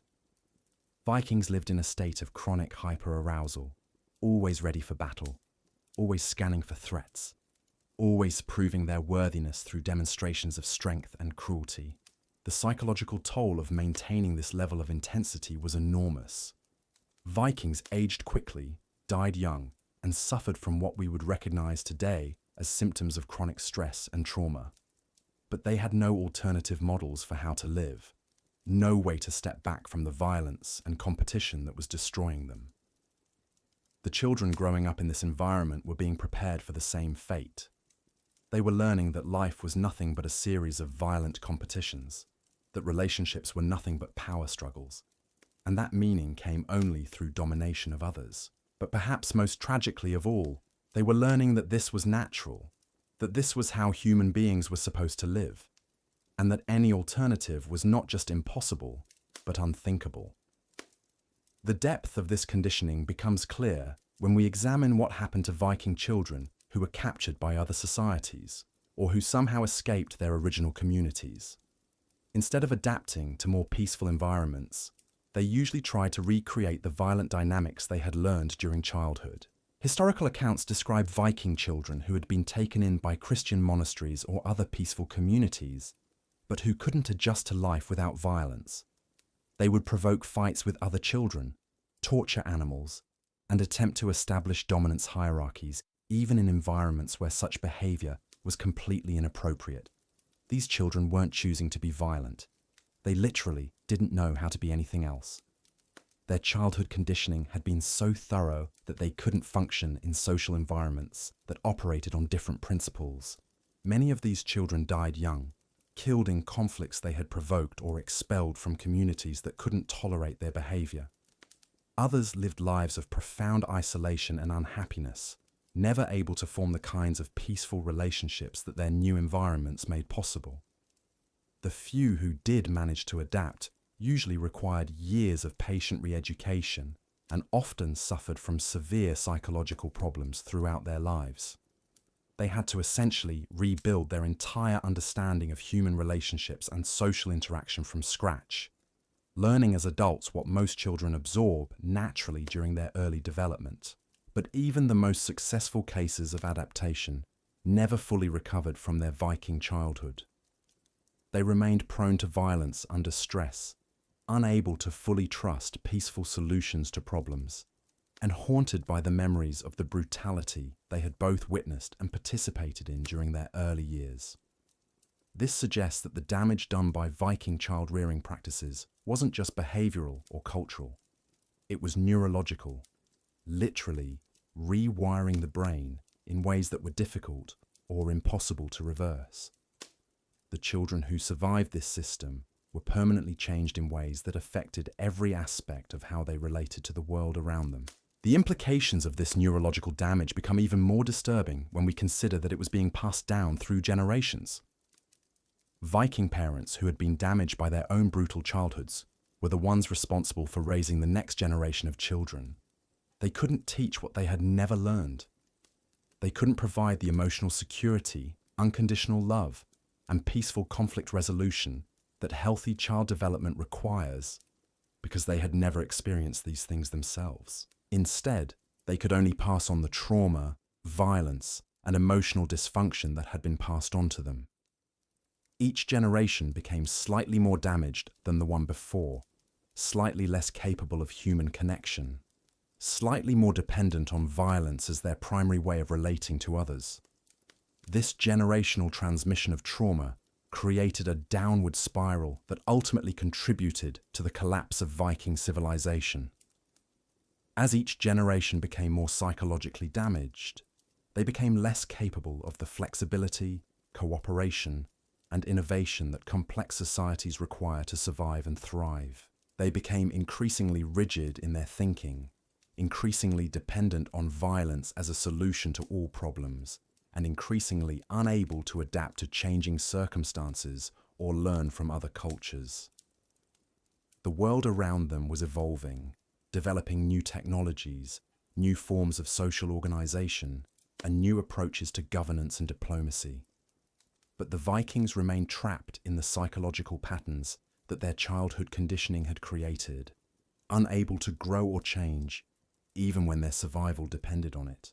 The archaeological evidence of this generational decline is heartbreaking when you really examine it closely.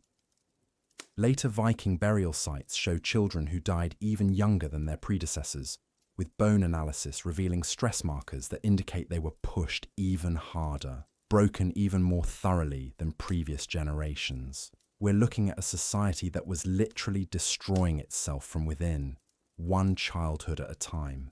But there's another layer to this tragedy that historians are only now beginning to understand. The Vikings weren't just creating damaged individuals, they were systematically eliminating the very human qualities that could have saved their civilization. Every child who showed creativity, innovation, or the ability to think beyond violence was either killed, broken, or driven away. What remained was an increasingly narrow gene pool of people who could only function within their brutal system. Think about what this means in practical terms. When Viking settlements encountered new challenges, climate change, resource depletion, technological advances by their enemies, they couldn't adapt because adaptation required exactly the kinds of flexible thinking and cooperative problem-solving that their child-rearing practices had systematically destroyed. Archaeological excavations from the later Viking period show settlements that were clearly failing, but where the inhabitants kept trying the same violent solutions over and over again, even when those solutions obviously weren't working. They were like people trapped in a burning building who kept trying to put out the fire with gasoline, because that was the only tool they had been taught to use. One particularly tragic example was discovered in Greenland, where researchers found evidence of a Viking settlement that starved to death despite being surrounded by abundant food sources. The problem wasn't that food wasn't available. The problem was that accessing those food sources required cooperation with the local Inuit population, who had developed sophisticated techniques for surviving in that harsh environment. But the Vikings couldn't cooperate. Their childhood conditioning had made them incapable of seeing other people as anything but enemies to be conquered or threats to be eliminated. When they encountered the Inuit, instead of learning from them, they tried to fight them. When fighting failed, they couldn't conceive of alternatives. So they died, surrounded by plenty, because they literally couldn't imagine a world where survival came through cooperation rather than domination. This brings us to what might be the most devastating aspect of Viking childhood. The children who saw through the system but were powerless to escape it. Archaeological and historical evidence suggests that some Viking children maintained enough of their natural empathy and intelligence to recognize that their society was deeply wrong. But they had no way to act on that recognition without being killed. We've found what appear to be hidden burial sites, where young people were interred with symbols and objects that suggest they had tried to practice alternative forms of spirituality or social organization. These weren't the graves of children who had died from natural causes. These were the remains of kids who had been executed for trying to create something different, something better than the brutal world they had been born into. One discovery in Norway revealed what archaeologists believe was a secret meeting place where Viking children had been gathering to share food, comfort each other, and practice non-violent forms of play and interaction. The site showed evidence of regular use over several years, suggesting that these children had managed to create a hidden sanctuary where they could be human in ways their society forbade. But the site also showed evidence of violent destruction.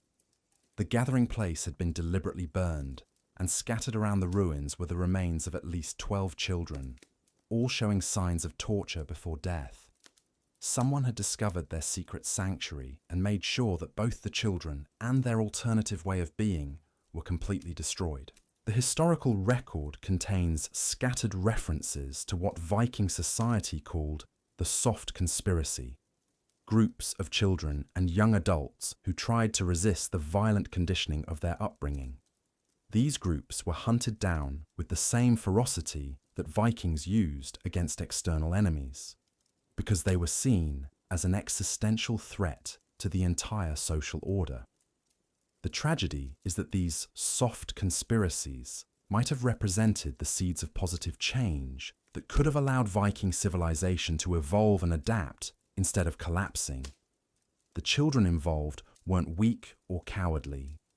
They were often among the most intelligent and capable of their generation.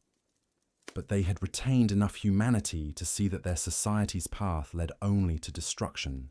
If these children had been allowed to grow up and influence their communities, they might have introduced the flexibility, cooperation, and innovation that Viking society desperately needed. Instead, they were systematically eliminated, ensuring that only the most damaged and rigid individuals survived to shape the next generation. This pattern of eliminating positive alternatives created a feedback loop that accelerated Viking society's decline. Each generation became more extreme than the last, not because extremism was more effective, but because moderating voices were literally killed before they could influence the culture. The psychological impact on the children who witnessed these eliminations was profound. They learned that even thinking about alternatives to violence was dangerous, that questioning their society's methods could result in torture and death, and that their only chance of survival lay in becoming even more brutal than their predecessors.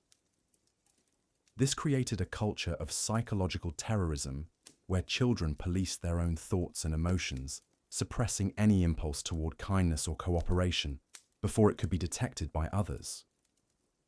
They became afraid of their own humanity, seeing their natural empathy and creativity as dangerous weaknesses that could get them killed. The long-term effects of this self-surveillance were devastating.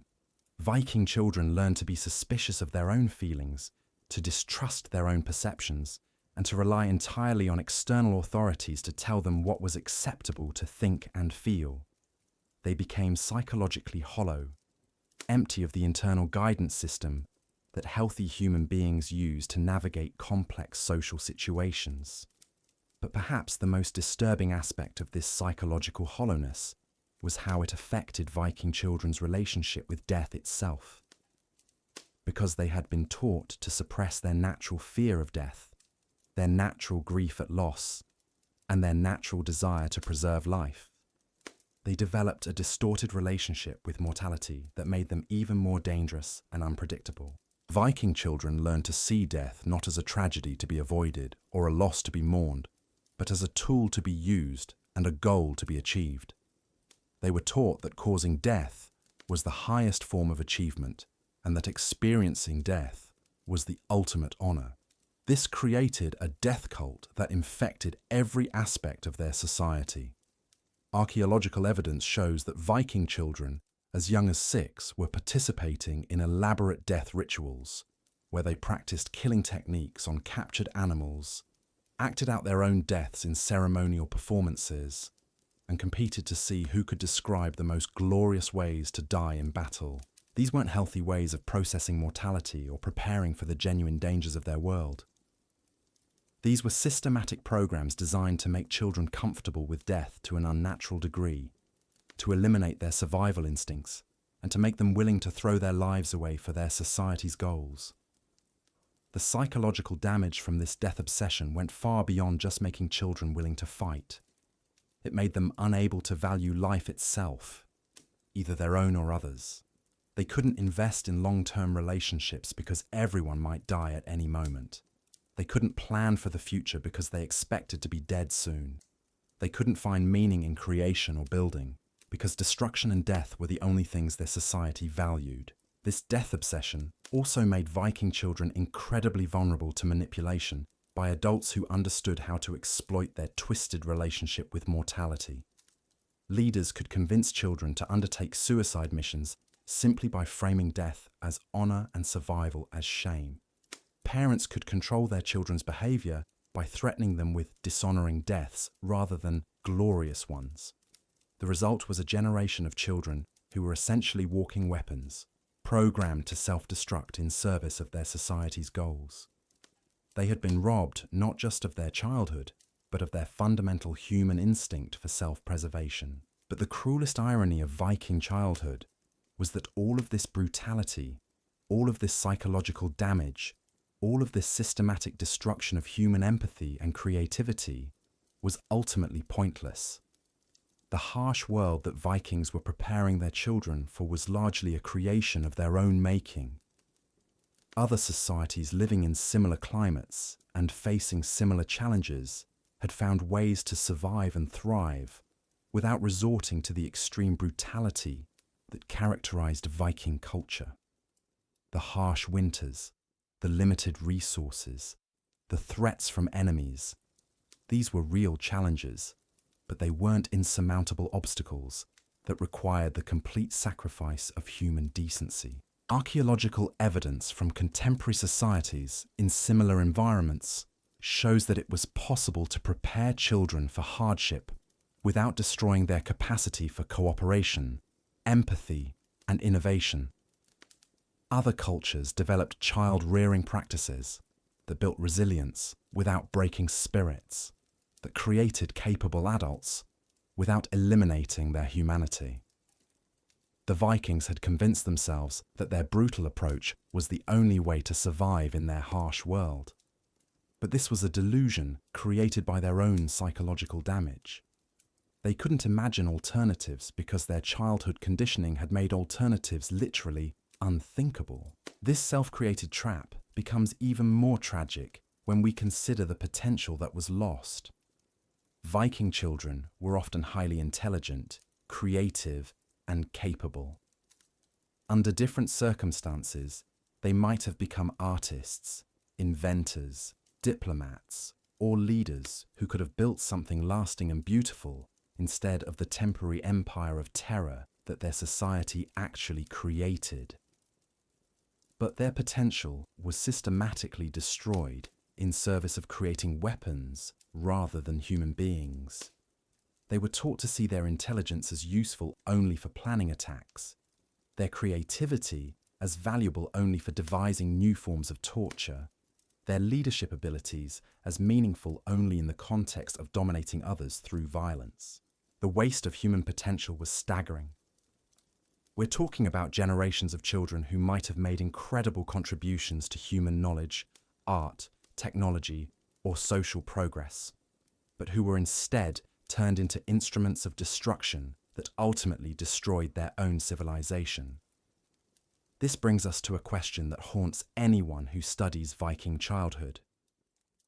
Could things have been different? Were there moments when Viking society might have chosen a different path, when the cycle of brutality might have been broken? The historical record suggests that there were indeed such moments. There were Viking leaders who tried to introduce more moderate approaches to child rearing, communities that experimented with less violent methods of preparing children for adulthood, and individuals who attempted to preserve some space for human kindness within their brutal society. But these attempts at reform consistently failed, not because they were impractical or ineffective, but because they threatened the psychological foundations that Viking society was built on. A culture that had convinced itself that brutality was necessary for survival couldn't tolerate evidence that alternatives were possible. Without calling into question everything they had done to their own children, the adults who had survived the Viking childhood system had too much invested in believing that their suffering had been necessary and meaningful. Accepting that their children could be raised differently would have meant acknowledging that their own trauma had been pointless, that they had been damaged for no good reason. This psychological investment in their own trauma made Viking adults unable to consider alternatives, even when those alternatives were clearly more effective. They would rather continue destroying their children than admit that they themselves had been destroyed unnecessarily. The result was a society trapped in a cycle of trauma that it couldn't break, because breaking it would have required acknowledging the full horror of what they had been doing to their children for generations. It was easier to continue the brutality than to face the truth about what that brutality had cost them. This psychological trap reveals something profound about how trauma can become self-perpetuating across generations. It's not just that traumatized people tend to traumatize others. It's that they often become psychologically invested in the belief that their trauma was necessary and meaningful, making them unable to prevent similar trauma from happening to others. Viking parents weren't just passing on trauma because they didn't know better. They were actively choosing to traumatize their children because not doing so would have meant confronting the possibility that their own suffering had been pointless. The alternative, that they could have been raised with love and kindness and still become capable adults, was too threatening to their sense of identity and meaning to be considered. This psychological dynamic helps explain why Viking society became more extreme over time, rather than moderating as they gained experience and knowledge. Each generation needed to believe that their suffering was not only necessary, but superior to what previous generations had endured. This created an escalating spiral of brutality, where each cohort of parents felt compelled to be even harsher than their own parents had been. The children caught in this spiral faced an impossible situation. They were being destroyed not just by their society's genuine challenges, but by their parents' psychological need to justify their own destruction. They were sacrificed not just to the harsh realities of Viking life, but to their elders' inability to face the truth about their own traumatic upbringing. But even within this nightmare system, some Viking children found ways to maintain fragments of their humanity. Archaeological evidence suggests that despite everything their society did to crush empathy and kindness, some children managed to preserve these qualities in hidden ways that allowed them to survive psychologically, even when they couldn't change their circumstances. We've found evidence of Viking children who secretly cared for injured animals, who shared food with weaker peers when no adults were watching, who developed coded ways of expressing affection and support that couldn't be detected by their supervisors. These small acts of rebellion against their society's cruelty represent some of the most heroic behavior in human history. These children were risking torture and death to preserve the very human qualities that their society was trying to eliminate. They were choosing to remain human despite overwhelming pressure to become monsters. And they were doing this not as adults with fully developed moral reasoning, but as children who were still developing their understanding of right and wrong. And the courage required for these small acts of kindness was extraordinary. These children had to overcome not just the external threats of punishment, but the internal conditioning that told them compassion was weakness and kindness was dangerous. They had to trust their own moral instincts, despite being told constantly that those instincts were wrong and would get them killed. Some of these children managed to maintain their humanity throughout their lives, becoming the exceptions that proved their society's rules weren't as absolute as they seemed. But most were eventually broken by the relentless pressure to conform, their natural empathy gradually crushed under the weight of constant brutality and the need to survive in their harsh world. The tragedy of these lost children, the ones who started with such courage and compassion but were eventually destroyed by their society's cruelty, represents one of the greatest crimes in human history. They were murdered, not just physically, but psychologically, their humanity systematically eliminated by people who should have been protecting and nurturing them. And perhaps most heartbreaking of all, they were murdered in the name of love. Viking parents genuinely believed they were helping their children by destroying their capacity for empathy and kindness.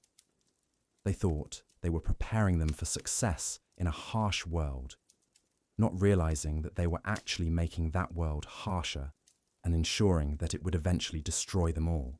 The ultimate irony of Viking childhood is that it was designed to create survivors, but it actually created a society that couldn't survive. The very qualities that the brutal conditioning was meant to eliminate, empathy, cooperation, flexibility, and the ability to find non-violent solutions to problems, turned out to be essential for long-term survival and success. By systematically destroying these qualities in their children, the Vikings doomed their civilization to collapse. They created people who were perfectly adapted for short-term violence and conquest, but completely unable to build the stable, cooperative institutions that lasting civilizations require. The children who survived this system grew up to be adults who could terrorize their enemies, but couldn't govern their territories, who could win battles, but couldn't maintain peace, who could destroy, but couldn't create. They had been turned into perfect weapons that ultimately turned on themselves and their own society. And so the cycle continued, each generation more damaged than the last, until Viking civilization finally collapsed under the weight of its own psychological dysfunction. The children who had been sacrificed to create warriors ended up destroying the very society they had been trained to protect. The story of Viking childhood is ultimately a story about the terrible cost of prioritizing short-term effectiveness over long-term sustainability, of choosing fear over love, of believing that strength comes from eliminating weakness rather than from building on human potential. It's a cautionary tale that remains relevant today as we grapple with questions about how to prepare our own children for an uncertain and challenging world. The Viking example shows us both the incredible resilience of children and the terrible damage that can be done when that resilience is exploited rather than nurtured. Most importantly, it reminds us that the way we treat children doesn't just shape their individual lives. It shapes the entire future of our civilization. The Vikings learned this lesson too late, but we still have time to choose a different path. But perhaps the most chilling discovery about Viking childhood came from recent excavations in Iceland, where archaeologists uncovered what can only be described as a systematic program of psychological warfare waged against the youngest members of their society. We're talking about children who were deliberately subjected to psychological torture designed to break their will, eliminate their individual identity, and turn them into extensions of their community's collective violence. The evidence for this comes from burial sites, where children were found with their personal belongings destroyed, their toys burned, and their bodies positioned in ways that suggest they had been forced to participate in the destruction of their own childhood before death. These weren't random acts of cruelty. These were calculated programs designed to ensure that no trace of individual personality or independent thought survived the transition from child to adult. Viking children who showed signs of maintaining their own identity, who demonstrated creativity or independent thinking, who expressed preferences or desires that differed from what their community expected, were subjected to what we can only call identity assassination programs. They were systematically stripped of everything that made them unique individuals and rebuilt as identical copies of their society's ideal warrior. The process began with isolation. Children who were marked for identity destruction were separated from their families and placed in special training compounds where they lived under constant surveillance. Every aspect of their daily life was controlled, from when they woke up to what they thought about before falling asleep.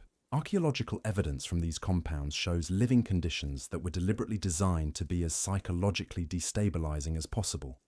Children slept on beds that were randomly moved during the night, so they could never feel secure in their physical environment.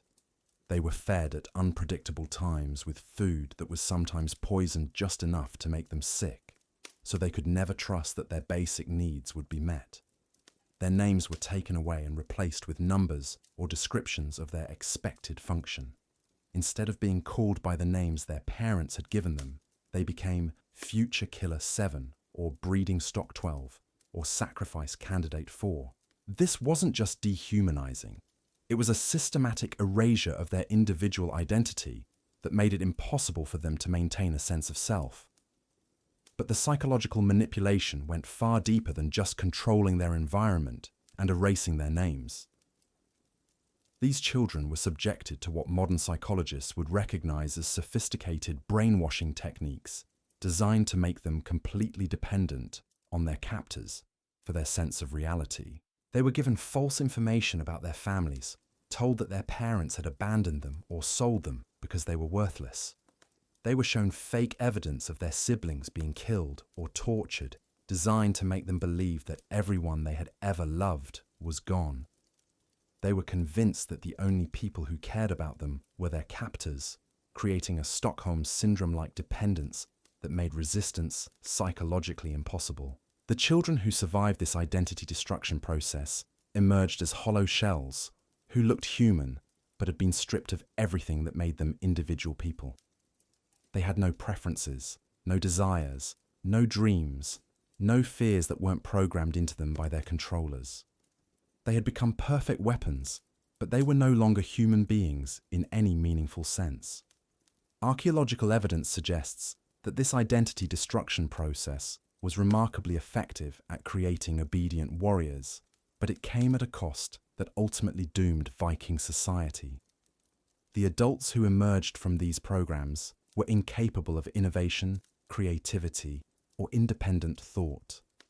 They could follow orders perfectly, but they couldn't adapt to new situations or solve unexpected problems. When Viking society encountered challenges that required flexibility and creative thinking, they found themselves led by people who were psychologically incapable of providing those qualities. The identity destruction programs had created armies of identical warriors, but they had eliminated the diversity of thought and approach that complex societies need to survive. But perhaps the most disturbing aspect of these identity destruction programs was how they affected the children who witnessed them but weren't selected for the full treatment. These children learned that individual identity was not just discouraged, but actively dangerous, that being unique or different could result in having your entire sense of self systematically destroyed. This created a culture of psychological conformity where children learned to suppress any sign of individuality before it could be detected. They became afraid of their own thoughts, suspicious of their own feelings, and desperate to blend in with the crowd to avoid being selected for identity destruction. The long-term effects of this psychological conformity were devastating for Viking innovation and adaptability. When everyone was trained to think exactly the same way, to have identical responses to challenges, and to suppress any creative or independent thoughts, the society became incapable of finding new solutions to changing problems. Archaeological evidence from later Viking settlements shows this psychological conformity in disturbing detail.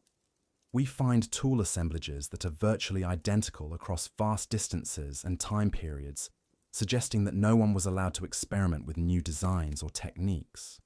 We find building patterns that were repeated exactly from one settlement to another, with no adaptation to local conditions or resources.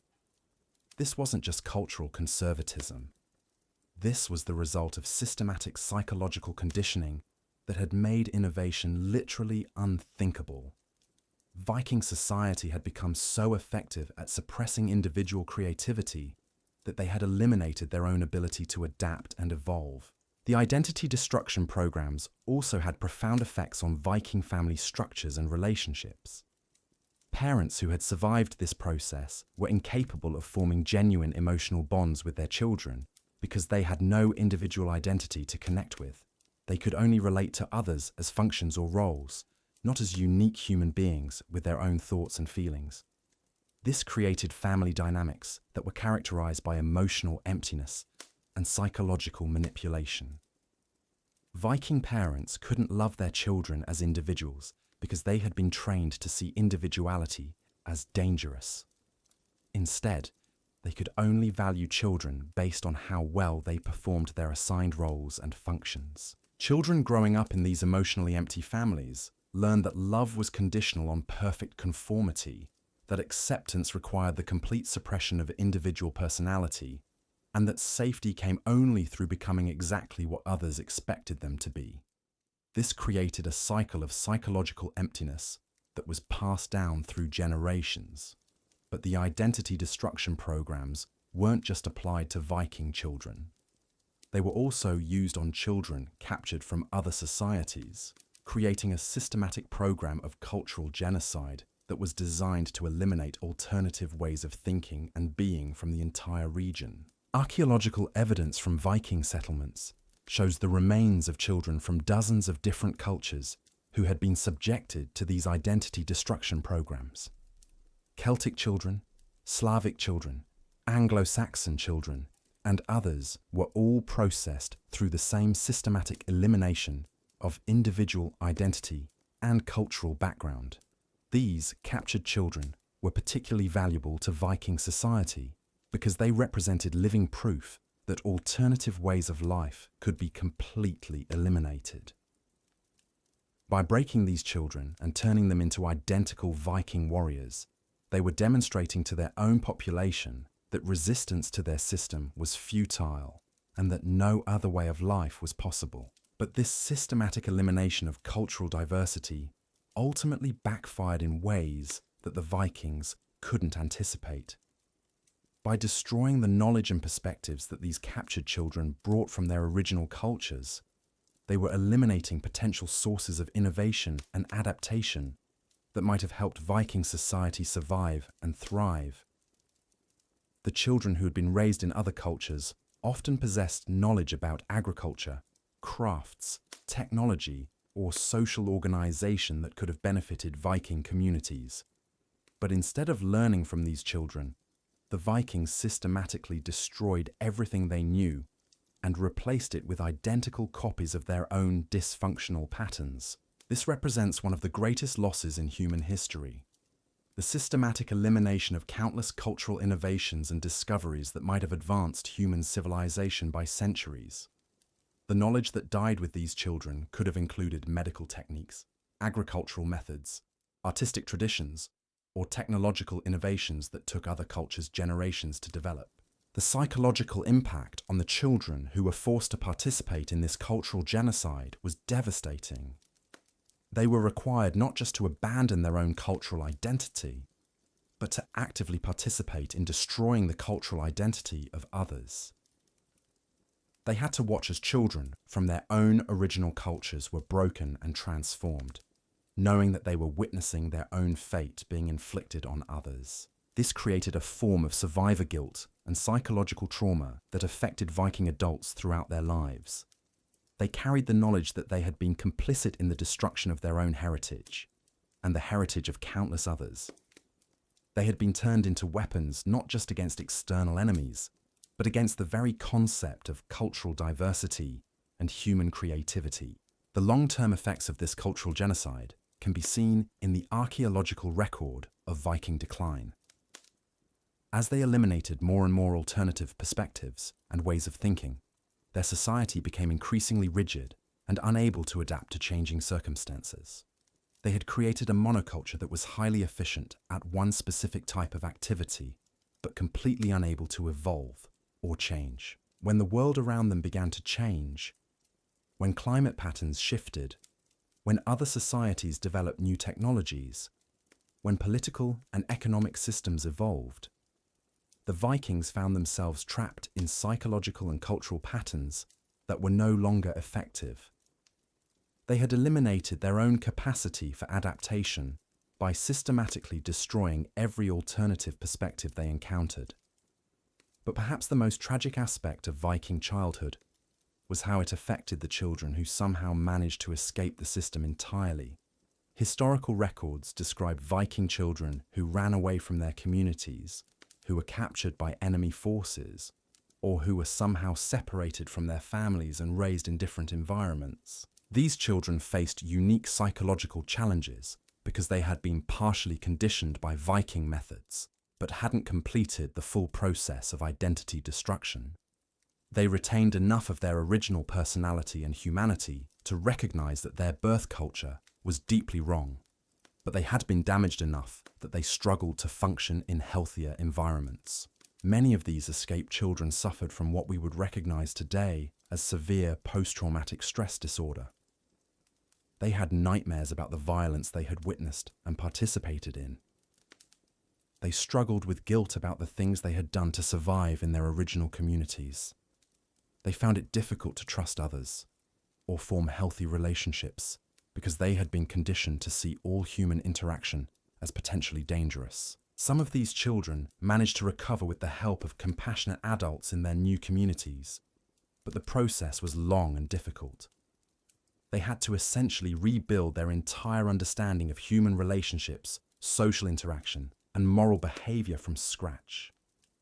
They had to learn to trust their own emotions and perceptions after years of being told that their natural responses were wrong and dangerous. The few who did manage to recover often became passionate advocates for protecting other children from similar trauma.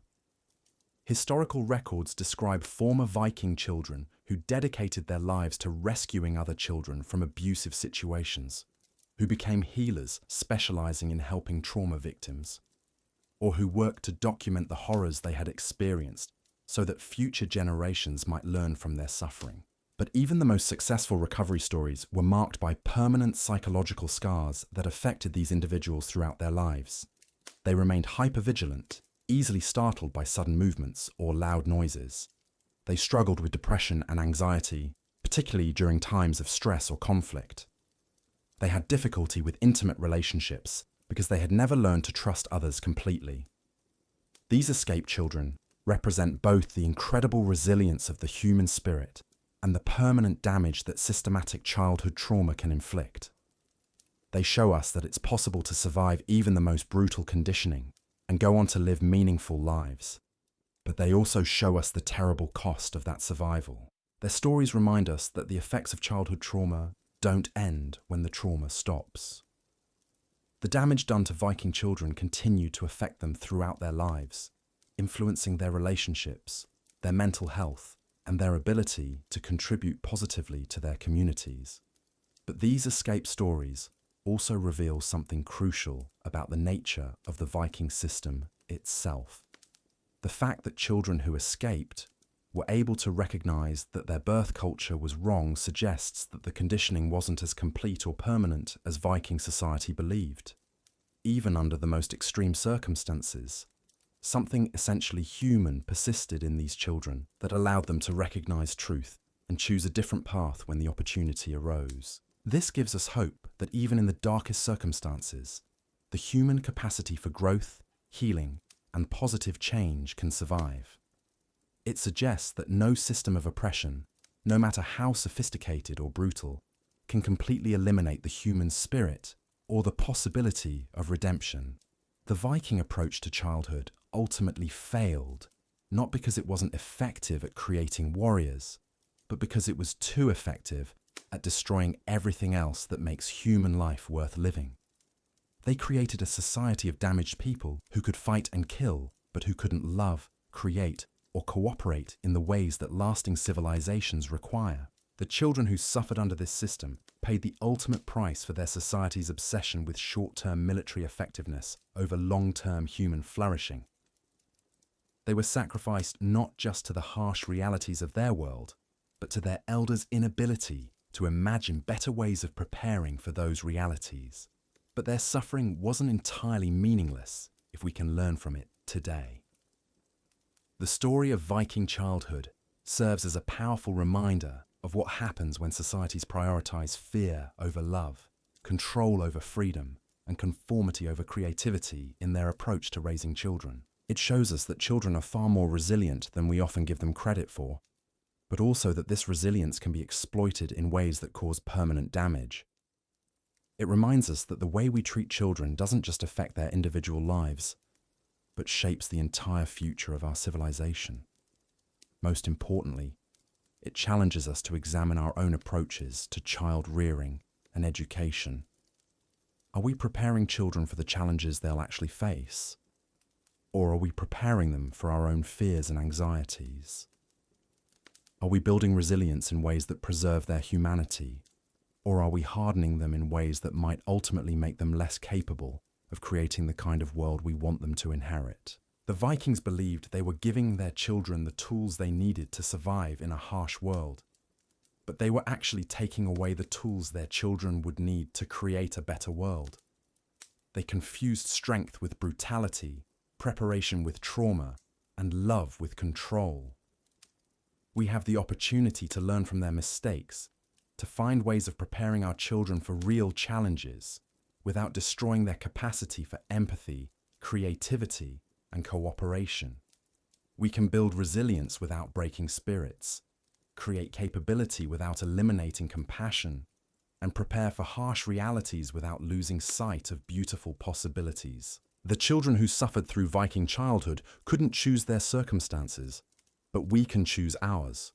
We can decide to break the cycles of trauma and violence that have been passed down through generations. We can choose to see our children not as weapons to be forged or resources to be exploited, but as human beings with inherent worth and unlimited potential.